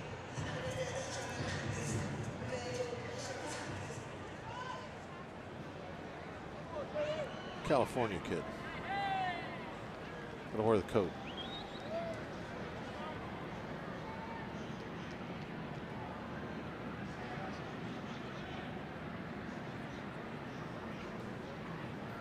Josh Harrison 0 for 2. He's grounded out and fly to right.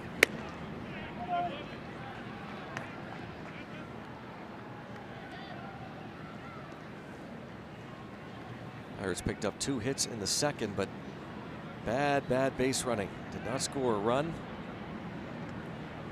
Leadoff double by Bell in the 4th led to a run as he moved to third on a fly ball and scored on a ground out by Gregory Polanco.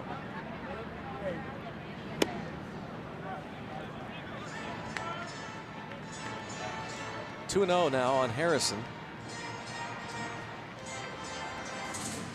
Just 3 hits and 20 career at bats against Garza.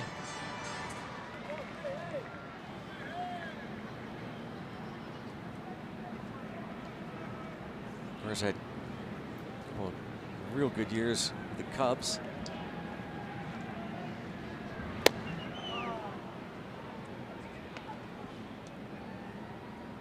Last season with Milwaukee, 6-8, 4.51 ERA, but time on the disabled list. Right shoulder tendonitis.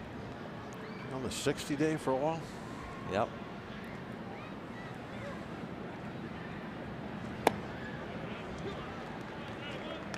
He wants to stay healthy this year. Maybe turn it into a big payday. Yep. If he can get that option picked up for next year. Drafted by the Twins, came to the big leagues with Minnesota in 2006, traded to Tampa Bay. Broken bat, that's going to work. Base hit puts runners at first and second with no one out.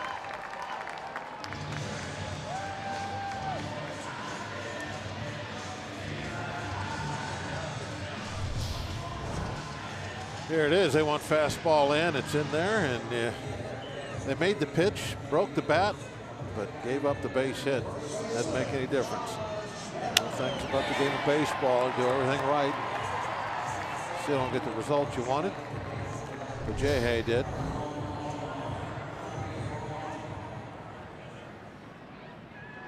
I wonder if he'll go first pitch curveball again. This is his 3rd at bat. He's done it twice in a row.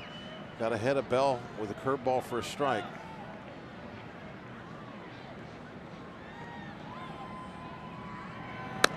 Nope. Changed up. Time called right away by Manny Pena.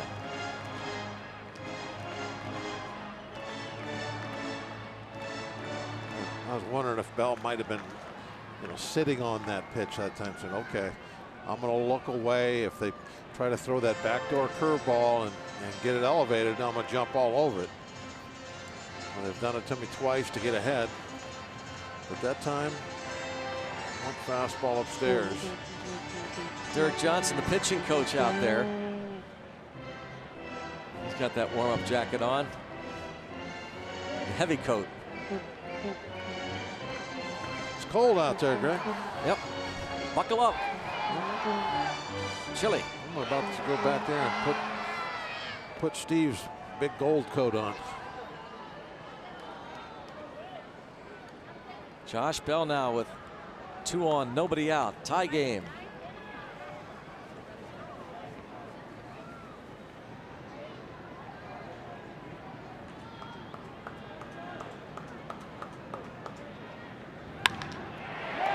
going to drop in for a hit. That will load them up.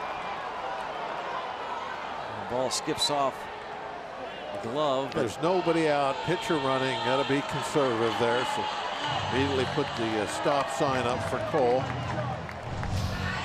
Great opportunity now. Bases loaded. Nobody out. Turn this into a big inning, perhaps.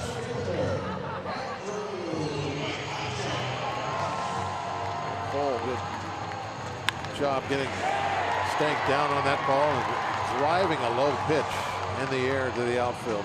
Josh Bell, a nice job with that. What did I say? Garrett Cole. Cole. Well, Cole did the same thing earlier with his. That's what I was talking about. I was just talking about what happened just now. We were watching on the replay. That's all. Oh.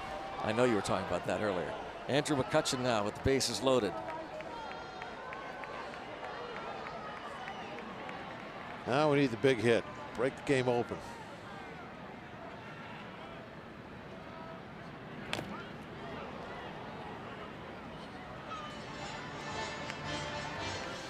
This would be a nice time for the first career granny, wouldn't it? Yes, it would. I'll take a double right now. A little gap shot, a little line drive out there toward Jared Hughes.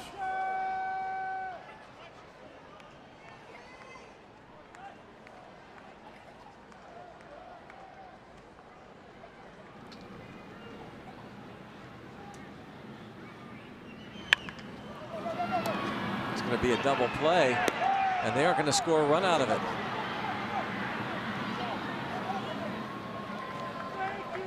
Travis Shaw steps on the bag to erase one and then throws to the plate to get Cole. It's a double play. Yes, sir. Nothing really what Cole can do here. He's looking over his shoulder. He knows what's going to happen.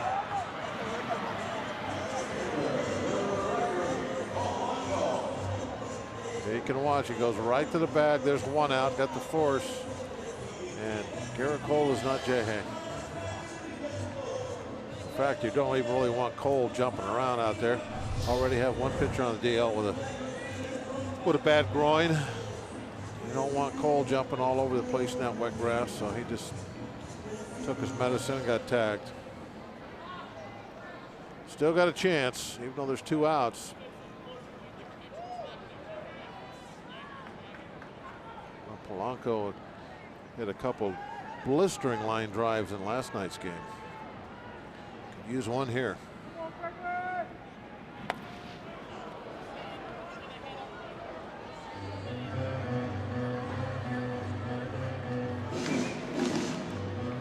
His ground out in the fourth, producing the only run for the Pirates. This inning was set up to do some damage. Bases loaded, nobody out. Garza gets McCutchen to bounce into a double play. The worst kind of double play. Yeah. Conventional double play would have no run scoring. Yeah. Would have at least got a run home.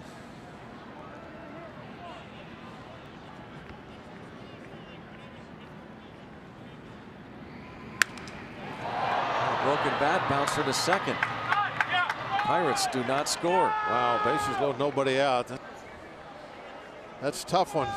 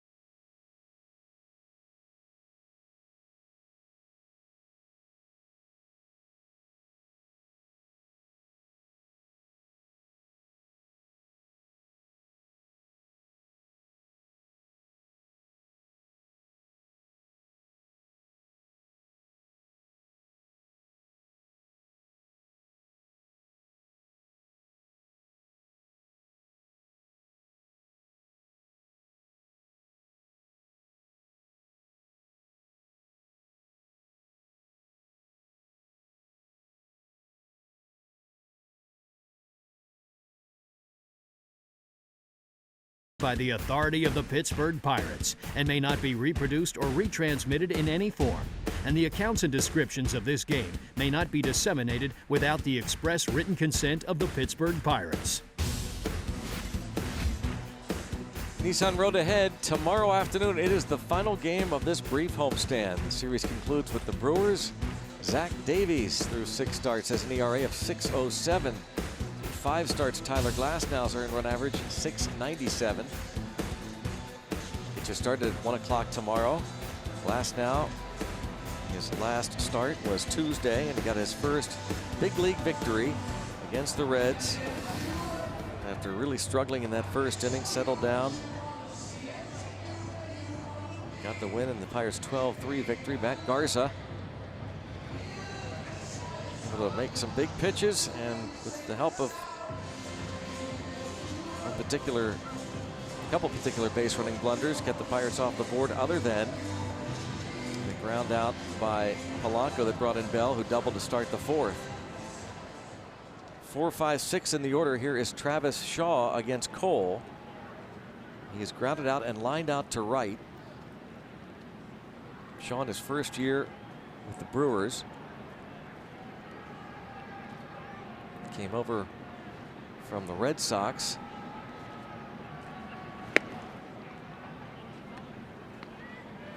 Ball 1 on Shaw. Tyler Thornburg sent to Boston, part of that trade. In the left. And 1 out.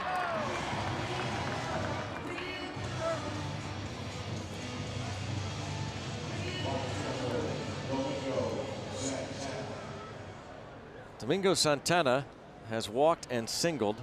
Hernan Perez homered to start the 4th inning. That accounting for the 1 run for Milwaukee. Santana caught stealing in the 4th after his base hit.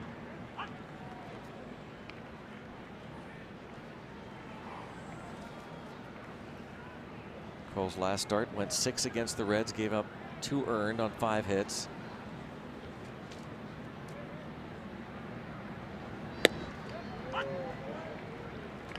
Starting to wonder what's he need to do to get runs.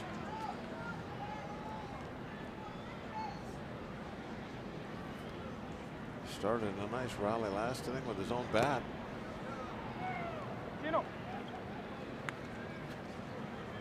And now he's getting up there by 100 pitches, which would they let him go the other day when he got his win? 114. Yes, that was on the 14th of April. 114 pitches in that win.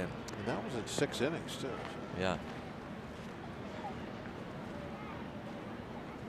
Last start 99 pitches in his 6-inning stint against the Reds.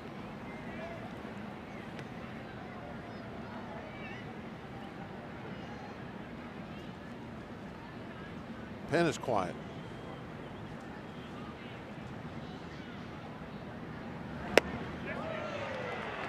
Another strikeout. That's 8.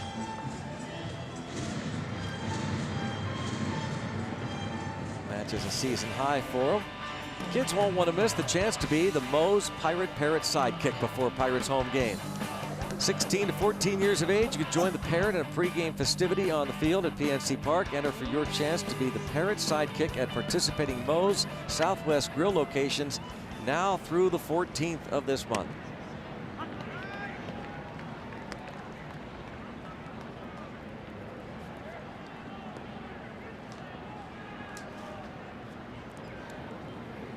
Ages 6 to 14.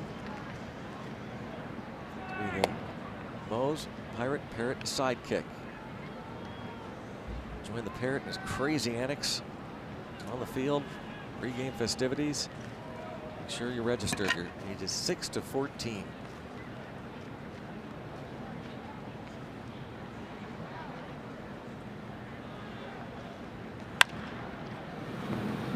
Mercer. 1, 2, 3 go the Brewers for a 3rd straight inning. That's 10 in a row now, retired by Garrett Cole. See He breezes through the 5th, 6th, and 7th innings. And the Pirates need to get him a run here in the bottom of the 7th. Who knows how much longer Clint Hurdle is going to let him go. In fact, look, he might be telling him right now he's done. Keep it right here. Take me out to the ball game.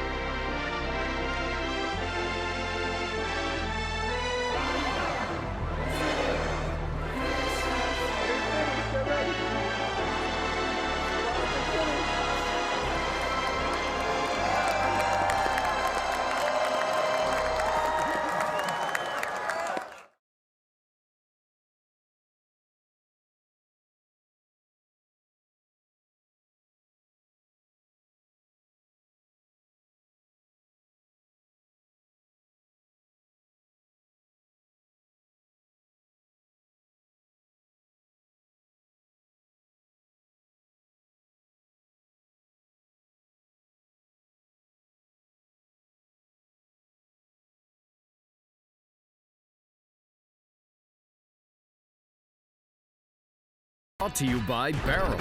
Visit barrel.com to learn more about our 3 conveniently located collision centers.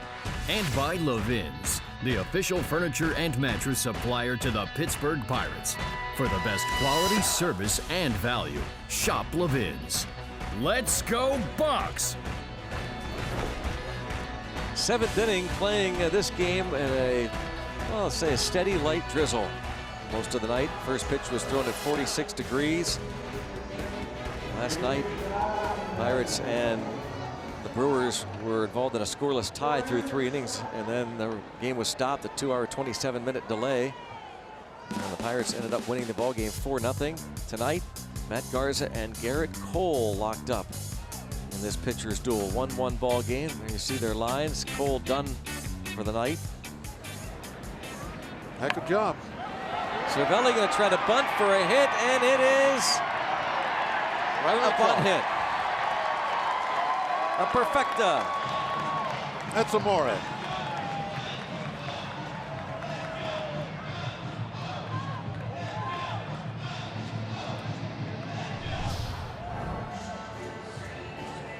I'll leave this one right on the chalk line.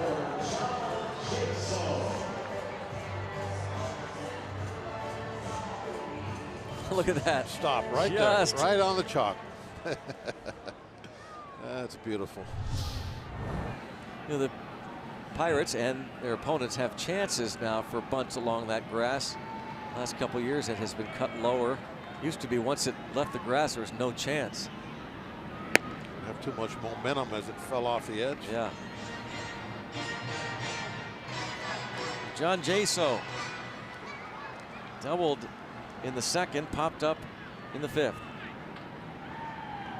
Former teammates with Tampa Bay several years ago, Garza and Jaso. Jumps on it, but foul. Another impressive long foul. Jaso's catching days may have been battery mates. Yeah, yeah.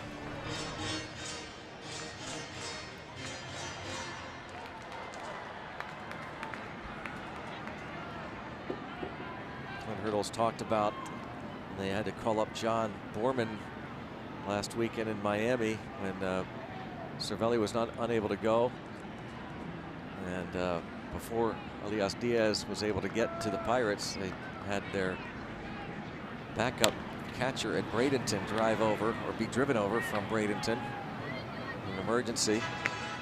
And he said, you know, we're just not going to do it. We're not going to put Jaso behind home plate in an emergency.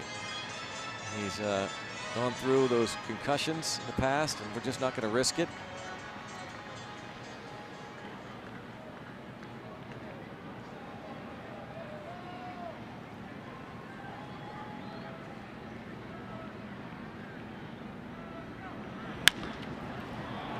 Possible double play ball. Yep, right there for the shortstop, Perez. Did Garza let that go on purpose, or did he just? I think he was thinking about stopping it and then thought better of it, and that's why he slipped, I believe. Well, that definitely was the right move by him. Did not touch this ball, because that was going to be an easy double play if he lets it go through. If he catches it and then turns to make the throw, that's going to take too much time, obviously, and they would have got just one out.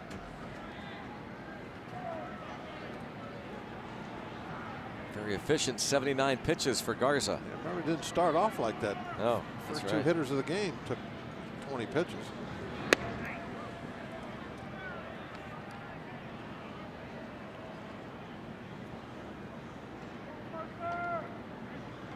You see the pitches by inning.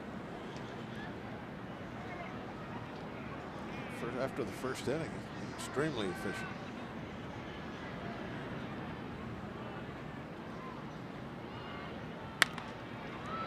Ground single to right. Mercer lined out twice, but this is the weak ball that goes for the hit. He decided, hey, hit the ball too well. Yeah, the hard line drives aren't doing me any good. I'm just going to roll a ground ball the other way.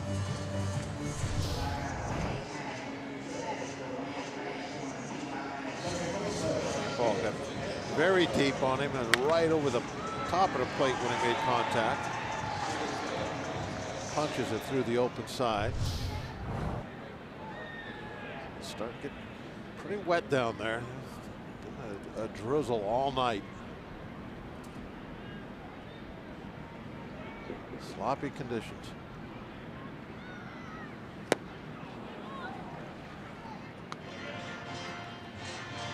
Gifted Ngopay has struck out and grounded out.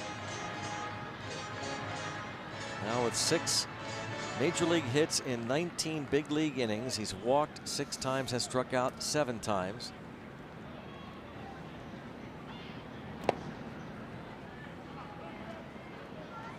Adam Frazier said today he's feeling better as Felipe Rivero is up and will be heading out for the 8th. Frazier hopes to start a rehab assignment in the minor leagues soon.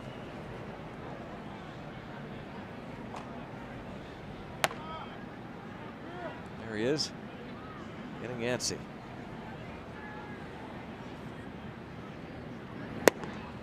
Pirates have a lot of important bats on the shelf right now. David Freese also on the disabled list. So 2-1 on Ngopay. On deck, Jose Osuna to bat for Cole. Should Ngopay reach?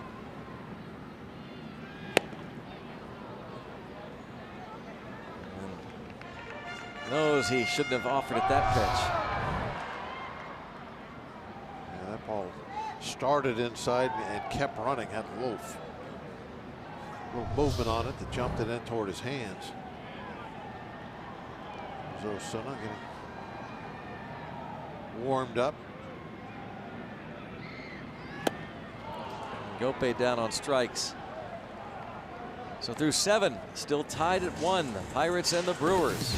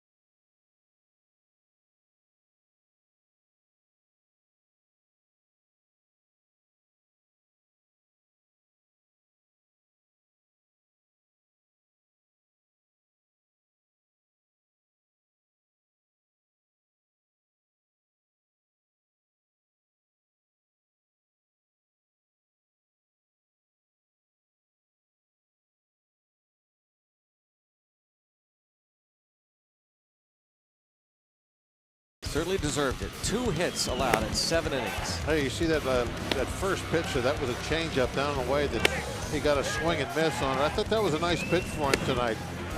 He got 4 swings and misses on changeups. Maybe not the highest velocity we've seen this year from him. Probably 95, 96 most of the night, but had good control. And like I said, I really liked his changeup tonight. Good pitch for him.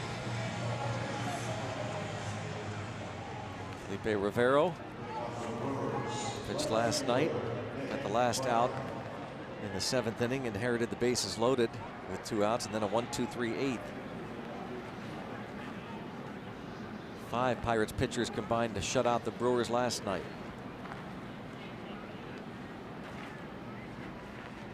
A lot of work for Rivero this year. 17 games. A lot of quality work.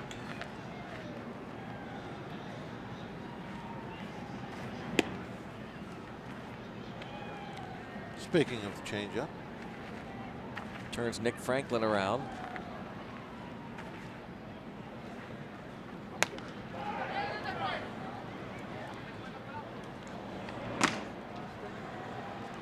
Corey Knebel up in the bullpen for the Brewers as the pitcher spot due up 3rd here.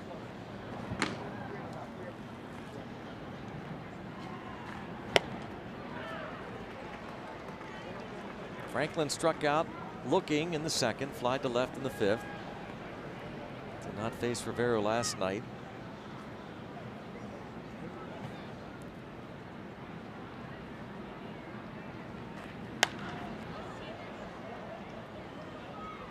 .99, 1 ball, 2 strikes. Franklin claimed off waivers from Tampa Bay in early April. Former 1st-round pick of the Mariners. Down he goes.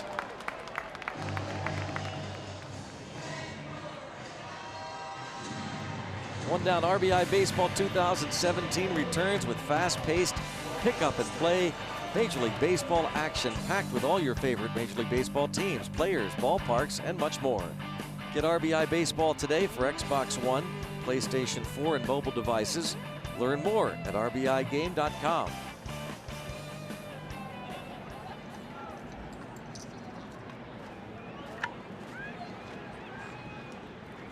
Here now Keon Broxton. He's walked and struck out.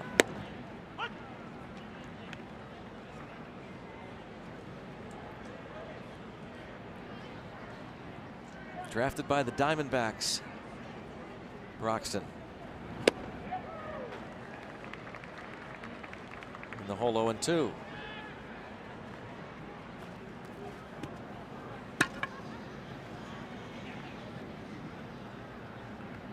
Last year, .242 average in 75 big league games. That was quick. 3-pitch strikeout for Rivero. a fastball, I believe changeup, and then came back with 100 miles an hour. Chapman-like.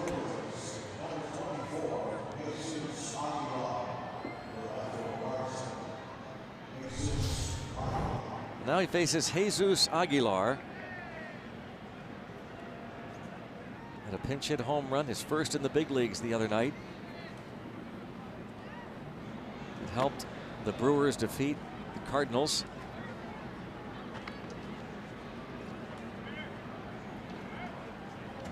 What a moment for him, his teammates. Pinch hit home run for Jesus Aguilar off Matt Bowman. Gave the Brewers a 5-4 lead over the Cardinals at Busch Stadium.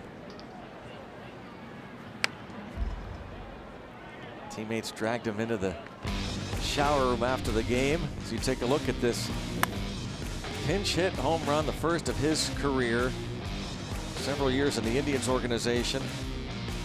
35 big league games prior to this season and the silent treatment. But then afterward, yeah, they got him into the shower room, poured all kinds of liquid over him,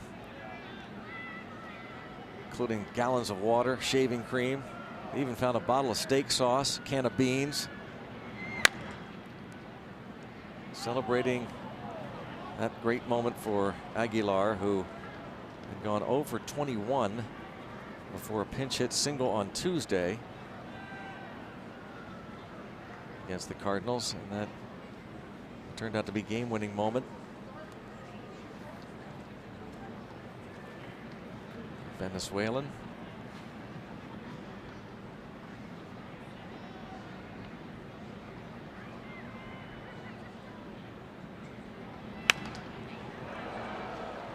Still 2-2. Another 100 miles an hour fastball. Baseball is good, Bob. Birthdays are great. Hope the Bucks win because today I'm 8. Now that is well done. Happy birthday.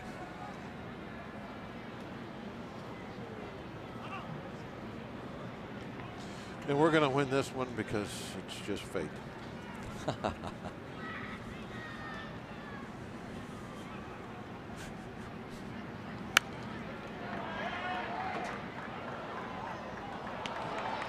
2-2.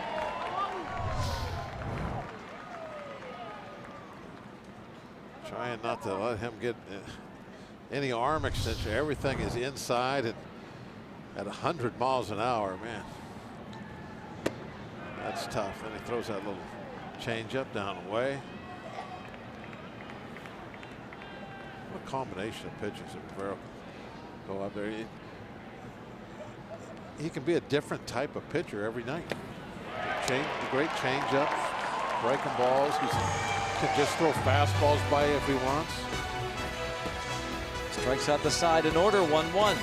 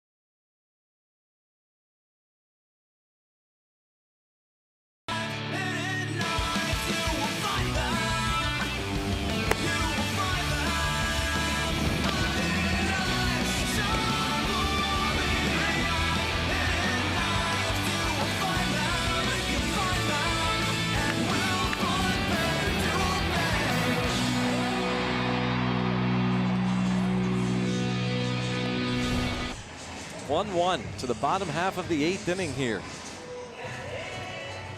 UPMC scoreboard, you see Alan Hansen is going to pinch hit now for Felipe Rivero against the new pitcher Corey Knebel. Knebel's numbers on the year has been pretty tough. Opposition hitting 149. 19 strikeouts in just 14 in the 3rd innings. Pretty big number. But we need to score in the 8th so we can win it in the 9th. Watson probably getting loose now.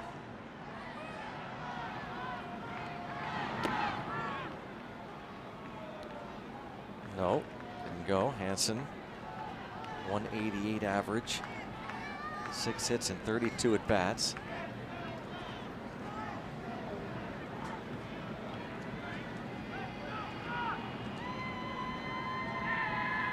Oh for 3 last night.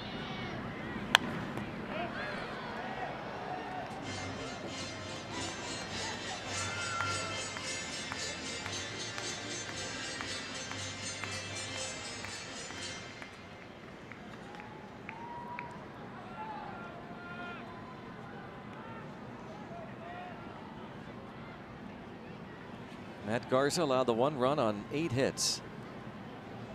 Struck out 4.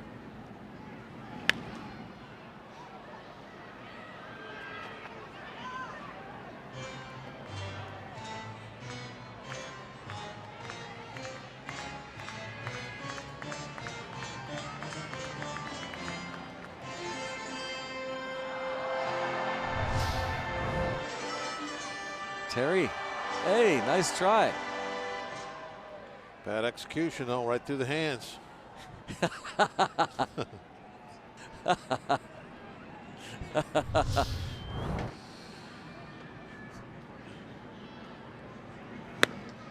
Down on strikes goes Hansen.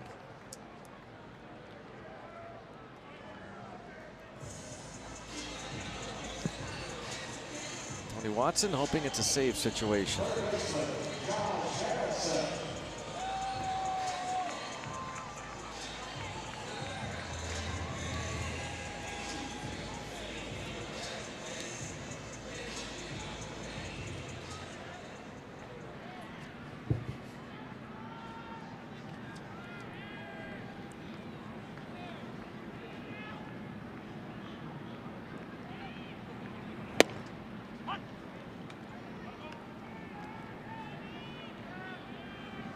Jay had one of the hits against Garza.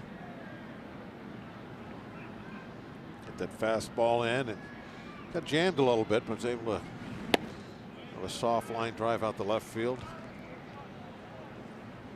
Broke his bat.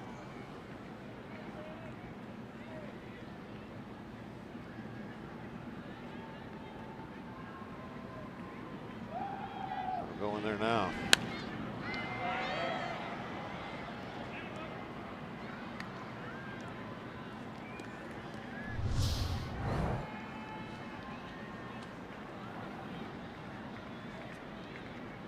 Good command of your fastball right there.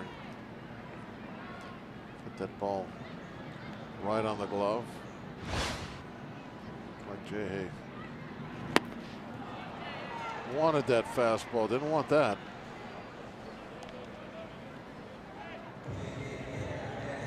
Knebel strikes out the first 2, and now it's Josh Bell.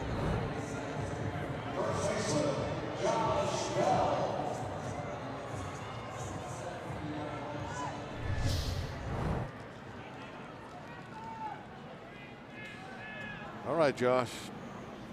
Do it again. Take me to the river. Ooh, there's that curveball first pitch. 3 out of 4 at bats. They've dropped that one in there to get ahead.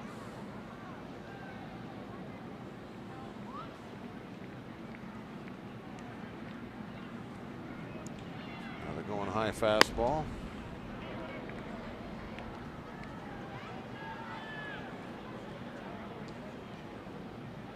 Same pattern that Garza worked with him. Get ahead with the hook, then try to go up and in with a fastball.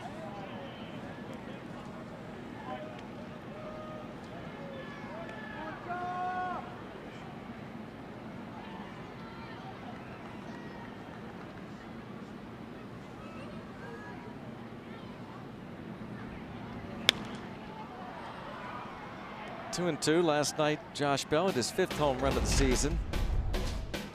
A fastball in the middle, but it was a little bit on the inside half of the plate, which was, I thought, really good to say. You can see it fight its way through the trees all the way down to the water.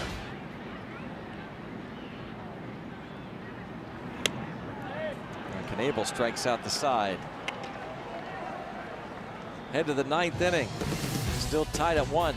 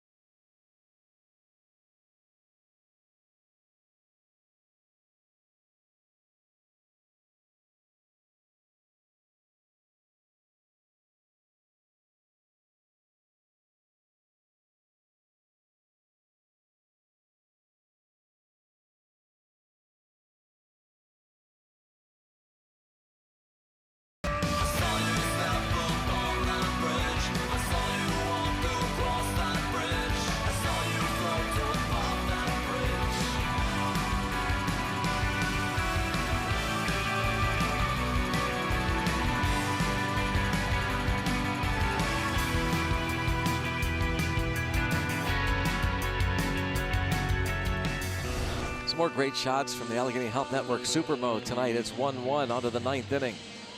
Game 2 of the series. Pirates blanked the Brewers last night 4-0. The two clubs exchange runs in the 4th. Tony Watson comes on here in the 9th. There you see Tony's numbers on the season.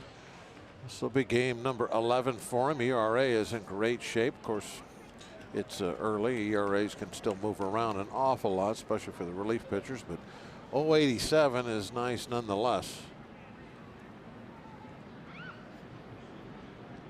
Keep it a tie game here and see what the Buccos can do in the bottom of the 9th. Watson has not gotten much work.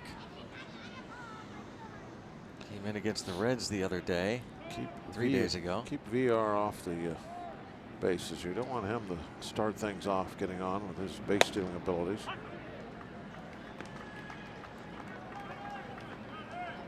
Not much of a hitter so far this year from the right side.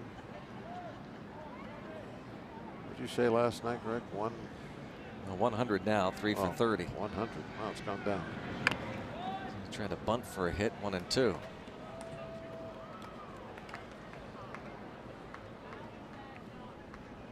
Tony Watson's second appearance in the last 10 days.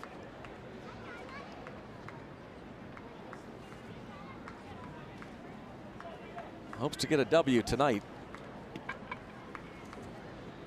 Save would have been nice. Fly ball to McCutchen. Been much work for the outfield. A lot of ground balls for Cole. Just a reminder, as you enjoy a cold one, to look forward to Miller time later in the game, brought to you by Miller Lite. I think that's only the 4th flyout of the night.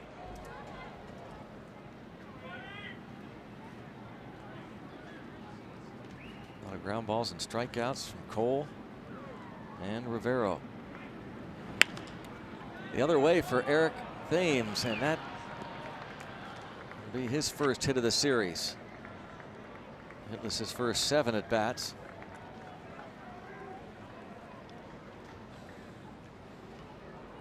Didn't hit that one especially well. Didn't sound good. Looked like that maybe got in on him. Jam shot. He's happy about getting a hit. Finally, he's going. Yeah. It's about time.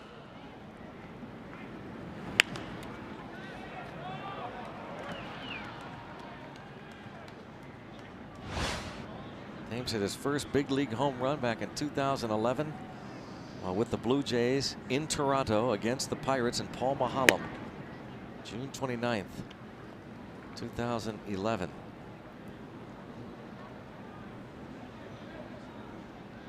Bounced around with Toronto, Seattle, was for a time in the Astros organization.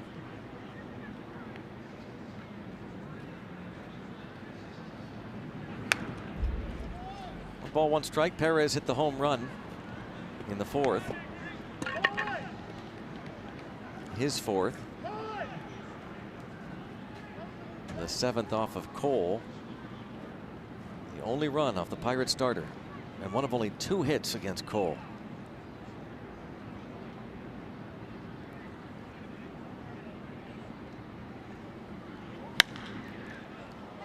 McCutchen. 2 down.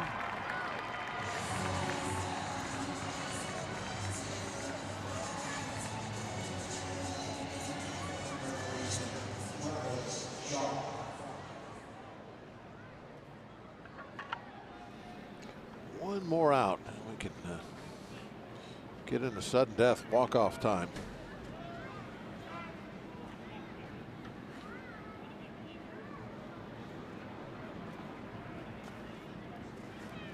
Shaw 0 for 3.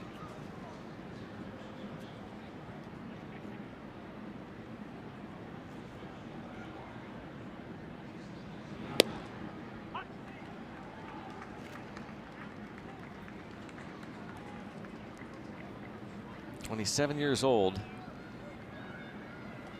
One-time 9th round pick of the Red Sox in 2011 out of Kent State. His dad was a one-time closer in the big leagues for a few years. Jeff Shaw.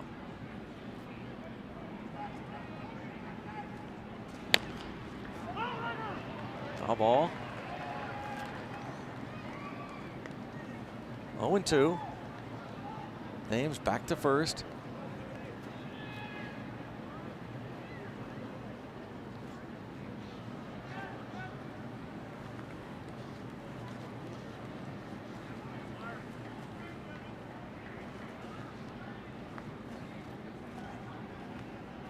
Ryan Braun obviously not available. Harrison going to throw across to first. Tony Watson has a scoreless top of the ninth. To the bottom of the ninth we go. Still knotted up at 1.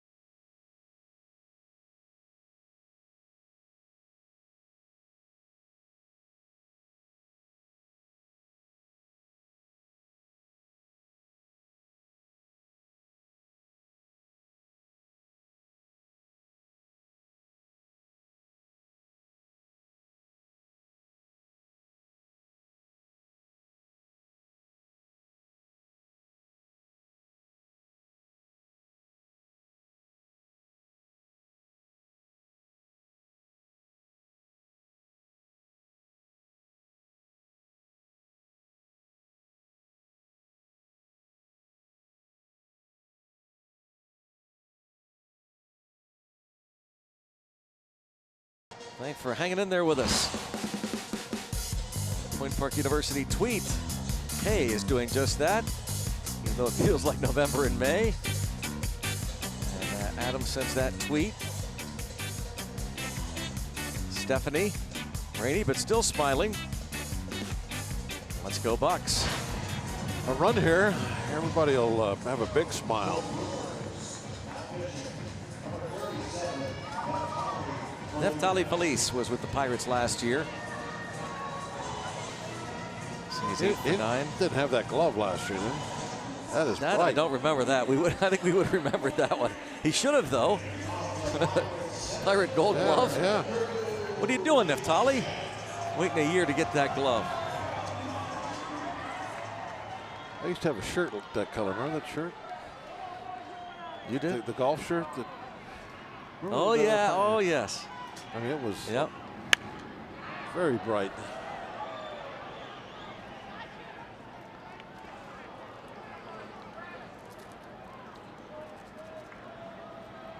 Neftali Felice signed as a free agent in January with the Brewers.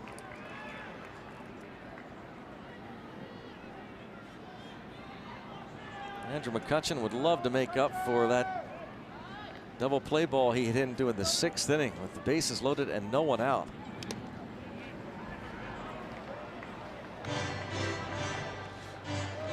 That breeze still blowing straight out to center field, helping anything hit hard in the air.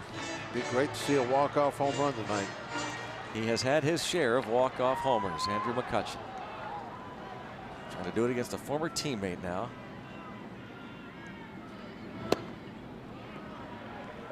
Two balls, one strike. McCutchen facing Felice.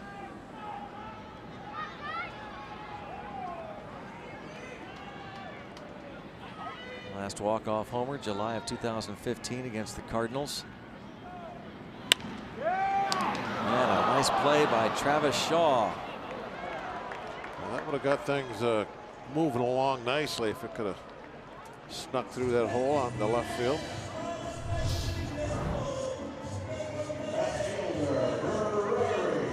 Shaw over there a little not really playing no doubles, but he was sneaking toward the line. It's a good job getting a line drive that far off the foul line. Ninth inning of the tie game.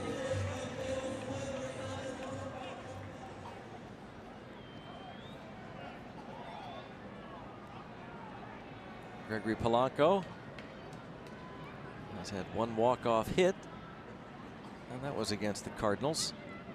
That same series, July 2015, just before the All-Star break.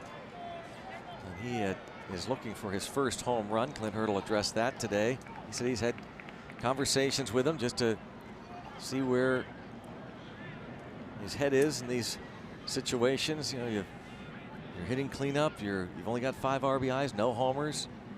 Are you pushing for that? Your mindset. He had that pretty good month of March. Good World Baseball Classic tournament. And he mentioned that. He said, man, he came out hot that tournament, and then not so much. Looked like a good sign last night for a couple of ABs.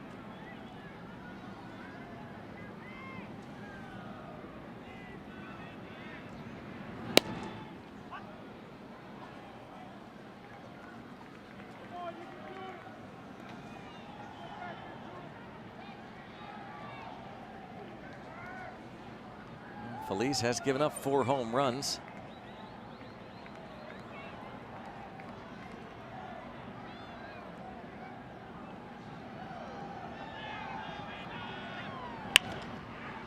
That's fouled away. Well, the Pirates are going to wrap up this brief homestand and series against the Brewers tomorrow afternoon. Tyler Glass now goes for the Buccos against Zach Davies. Our coverage begins at 1 with Pirates pregame, presented by WB Mason, right here on Root Sports.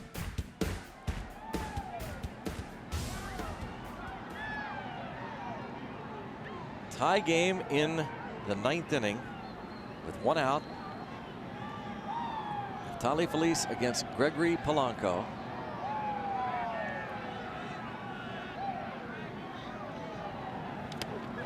Sounded like it might have hit him, but apparently not. Hit something. You can hear a little bit of a double tap. Hit the ground, I guess. Yeah, definitely hit the ground. Jump rope time.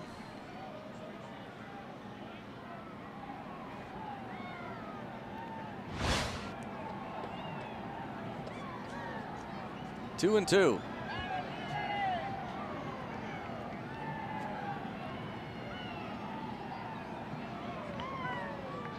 Freddie Freeman hit a 2-run homer off Neftali Feliz in Milwaukee to give the Brewers a 10-8 win. There's a line drive down the line and right.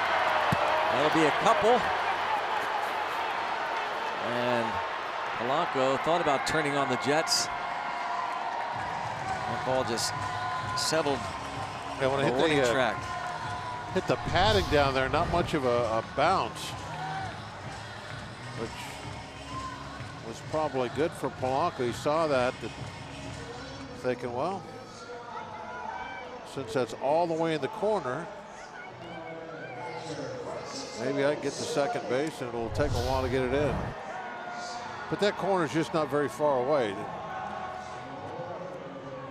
That's the bad part of trying to get the triples. The Clemente wall is not very deep.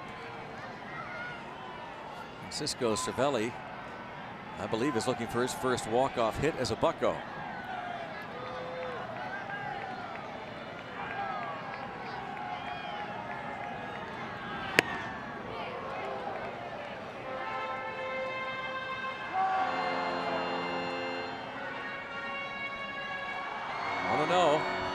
Last walk-off hit against the Blue Jays. How about that facial expression there?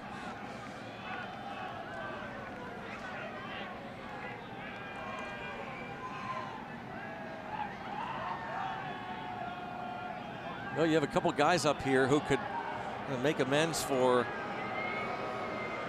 very questionable, to be kind, base running.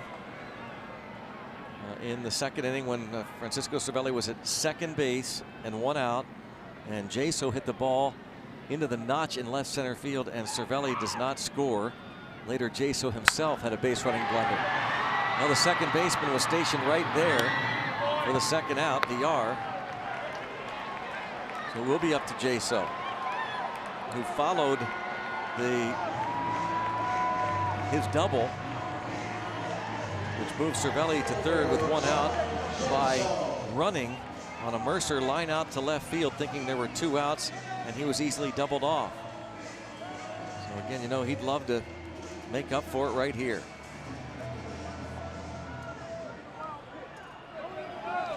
John Jaso. And they are going to walk him give the point intentionally. by. The non-pitch intentional walk. If they did that, will they do the same to Mercer? I don't know. That's what I'm wondering, to get Ngope coming up after Mercer. Hard to imagine they're going to pitch to Mercer, although they do have Jose Osuna available, the Pirates. Craig Counsell, see what he decides to do. Pat Murphy, bench coach, who is Pedro Alvarez's father-in-law. They are going to pitch to Mercer, apparently. Pedro Alvarez, by the way, struggling at AAA Norfolk in the Orioles organization, trying to play the outfield, but offensively really having trouble. Ball 1. Alvarez hitting 168 with 3 homers and a dozen RBIs. 95 at bats, playing right field at Norfolk in the Orioles organization. 1 ball, no strikes, the count on Jordy Mercer. Hit the ball hard twice his first 2 times up, lined out, then a weak ground single to right. Trying to win it here.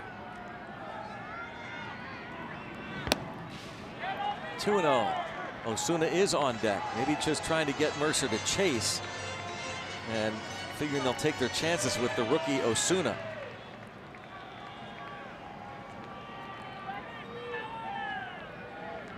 Four career walk-off hits for Jordy Mercer. He had one last year in April against the Cardinals.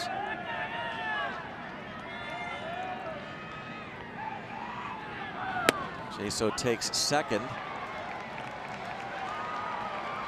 Uncontested, so if they wanted to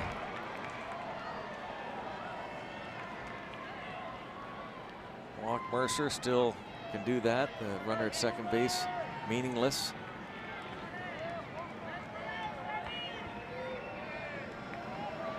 They throw a strike to Mercer, 2-1. And a pop-up toward foul territory, but out of play. That was a tough pitch right there. Good velocity at 98 mile an hour, and man, did that tail in on Mercer's hands. That was a tough one. Watch the movement on this fastball as it jumps in on him.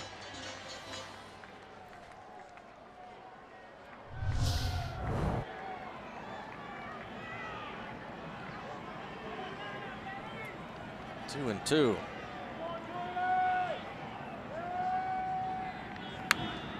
Still 2-2. 99 that time. No wild pitches for Neftali Feliz. I like that. 3 last year. Tries to bury a breaking ball here. I could see him dragging it all the way to the other side of the left-hand hitter's batter's box, putting it out there. Tough pitch to block. He's going to throw it a little hard. Going to try for a strikeout pitch. If he goes breaking ball. Mercer tired of waiting for him to decide what he wants to throw. As for time.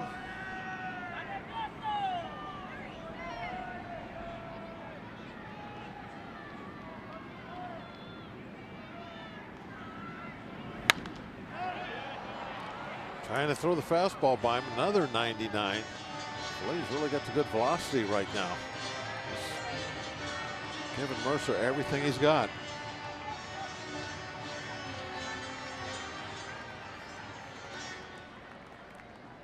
Feliz .352 ERA last year for the Pirates. 54 innings, struck out 61, walked 21, and gave up 10 home runs.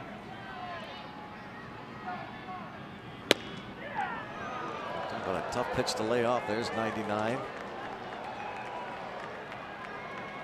Mercer battles Felice with Jose Osuna on deck.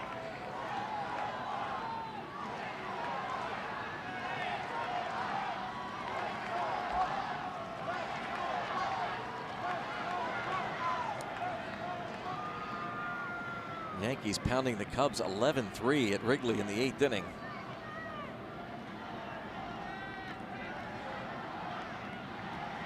The Reds lead the Giants 14-2 in Cincy. Felice gets him. We're going extra innings. Neftali Felice gives up the double to Polanco and strikes out Mercer. 1-1.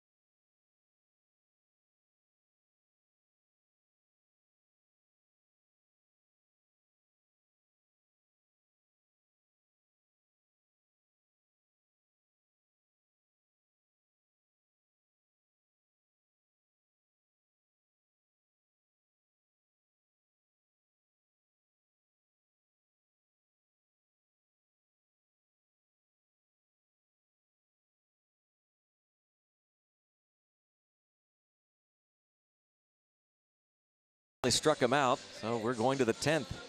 At first, it almost looked like they were going to just pitch around him with the open base, not give him anything to hit. Fastball way in, breaking ball way outside.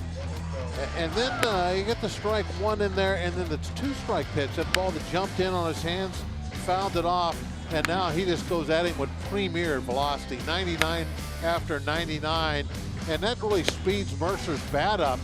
And so what happens is he's set up to swing and miss that little breaking ball. That was a tough at bat. As we know, we saw it last year. Felice can be awfully tough. Great arm. And that was a battle. Tony Watson out there for a second inning.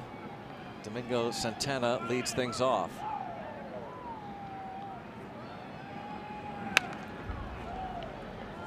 On base twice against Garrett Cole, who went 7. Felipe Rivero, 1, 2, 3, 8.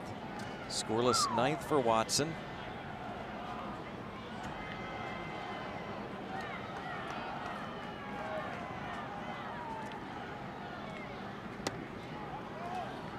It's 1 ball, 1 strike. If you're just joining us, the Pens Caps game has ended. Caps win that one 4-2. Here, the Brewers took a 1-0 lead in the 4th on an Hernan Perez home run off Garrett Cole. The Pirates tied it. Josh Bell led off the bottom of the 4th with a double, went to 3rd on a fly ball, and scored on a ground out by Gregory Polanco. Both starters went 7, Garrett Cole and Matt Garza. Cole allowed only 2 hits. Garza scattered 8. And the strikeout for Watson, his first. Yeah, Watson with a good command of his fastball. Last pitch, right where Cervelli wanted it. Well, 1 out, it brings up Manny Pena, who is 0 for 3.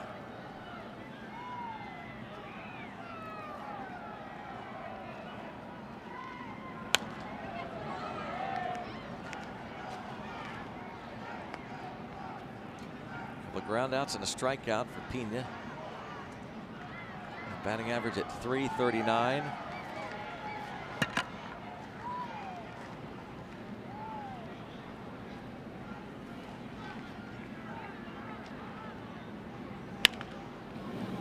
Was this ball foul?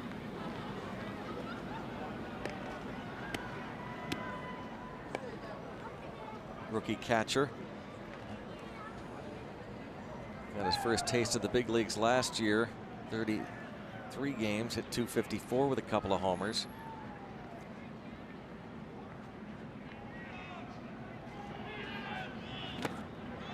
He goes down swinging. 2 outs. Good changeups, always so effective on the young hitters.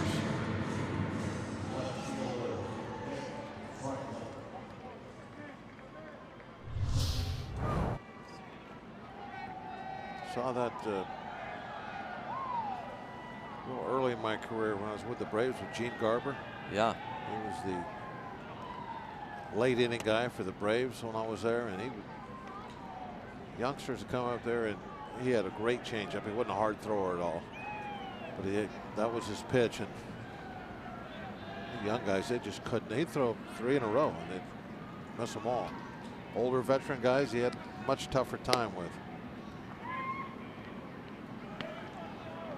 2-0 count on Nick Franklin. But you just don't see the top high quality changeups coming up through the minor leagues. I think that's one of the bigger differences between the low minor leagues, A ball, and you get up AAA, and of course the big leagues. Guys have worked on that changeup, perfected it. It's a quality pitch for them. Can be a tough pitch to adjust to. It has been almost 2 years. Tony Watson pitched 2 full innings, May 15, 2015 against the Cubs at Wrigley, and he does it tonight. See if the Pirates can get him a win.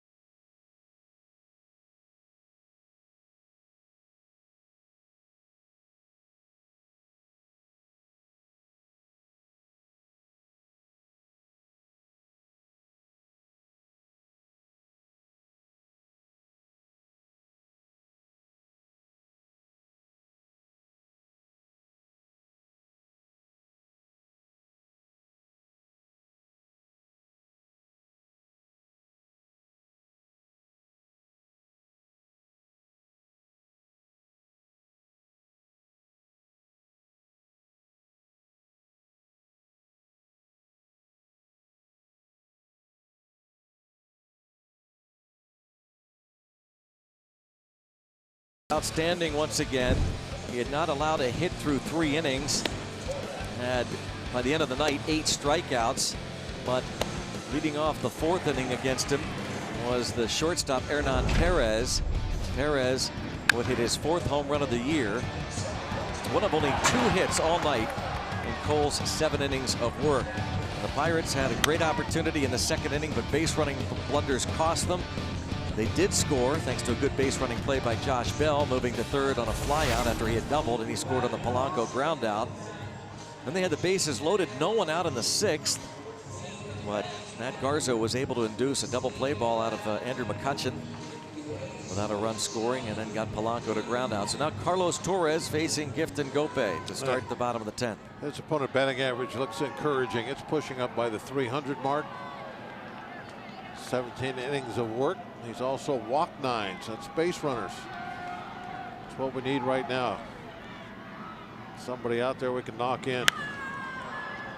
Gifton Gope has early on looked real kind of disciplined at the plate, but now recently, especially in this game, it has shown some inexperience going out of the strike zone. Has struck out twice, a little over anxious. One of the things that Clint Hurdle pointed out early. Great to see in Gope. He had gone to more 3-ball counts in his first handful of games than he had all year. Down to AAA Indy in 58 at bats, only 6 walks and 22 strikeouts. See if he can battle Torres here. Ground ball, and that's a fair ball. Question is, can he get to second? No, on this tough turf, and with Franklin getting to it quickly, Gifton Gope settles for a leadoff single. Yeah, Franklin not very deep with it. Gope up, so he was able to get to the baseball about the same time, and Gope was getting to first base. So when he made the turn at first and looked up, saw Franklin had the ball, there was no chance after that to make it.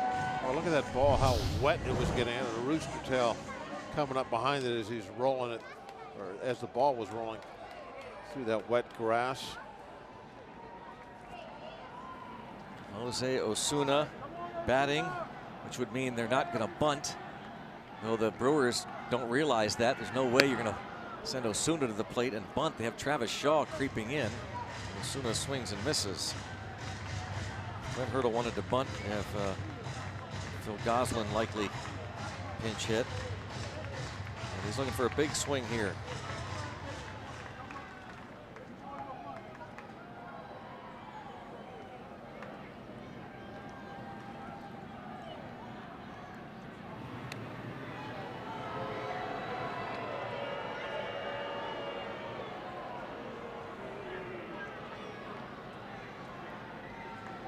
Rookie Jose Osuna facing Carlos Torres. Pirates 1-2 in extra innings this season. The Brewers 2-0. Not many people here, but they're making some noise every time there's a pickoff throw with the boos.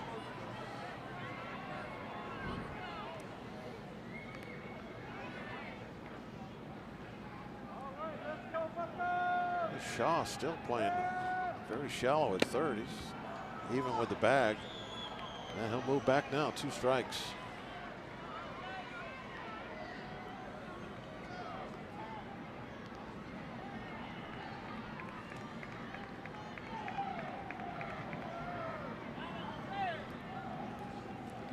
Jose Osuna, 38 major league at bats.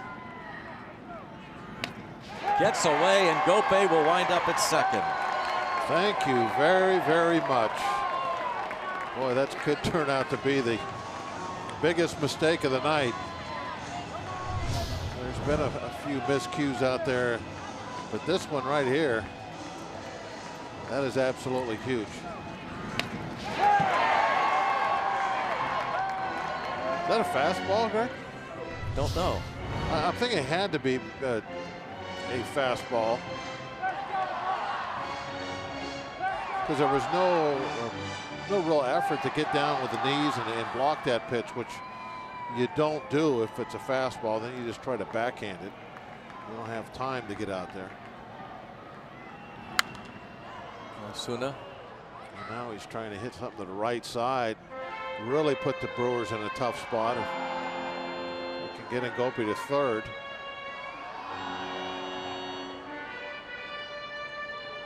One and 2 on Osuna. Greg Council's club 15-15 on the year. The Pirates 13-16.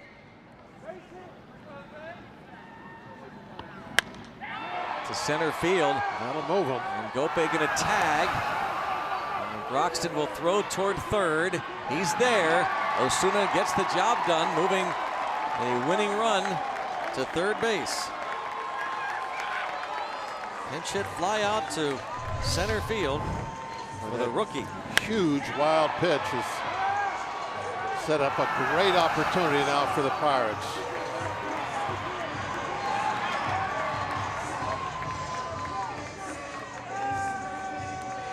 Great look there on the Allegheny Health Network Look Super at the Bowl. concentration, straight to the bag, looking at nothing. Just the concentration. Gotta get the third. How about the Hey, look at the look on his face. He's there. He's like, now I can smile. How about the little over a week for Gifton Gope? He has a chance now to score a walk-off run. And he's going to. On Josh Harrison's base hit to right center. Raise the Jolly Roger. Gifton Gope got it started with the base hit. Went to second on the wild pitch, to third on the fly out, and Jay Hay wins it. Yeah, great job by everybody right there in the ninth inning. The leadoff hit, got the break with the wild pitch, and then they took advantage of it. Osuna, deep fly ball, moved the runner to third, and now Jay Hay, his at bat, don't get caught trying to pull the ball. Hit it the other way so you can get it in the air. Outfield playing real shallow, of course. They can't back up, and the ball easily gets into the gap for the winning hit. Pretty incredible week plus for Gifton Gope. Really good fundamentals there in that last inning. There it is. Go the other way. Get the ball in the air. Got a perfect pitch to do it, too. How about that? In the strike zone, up and away. 7th career walk-off hit for Josh Harrison. It's his 3rd career walk-off against the Brewers. Josh Bell will greet Ngope and head toward Jay Hay, who delivers with his 2nd hit of the night, and the Pirates win in extras. He knew it immediately.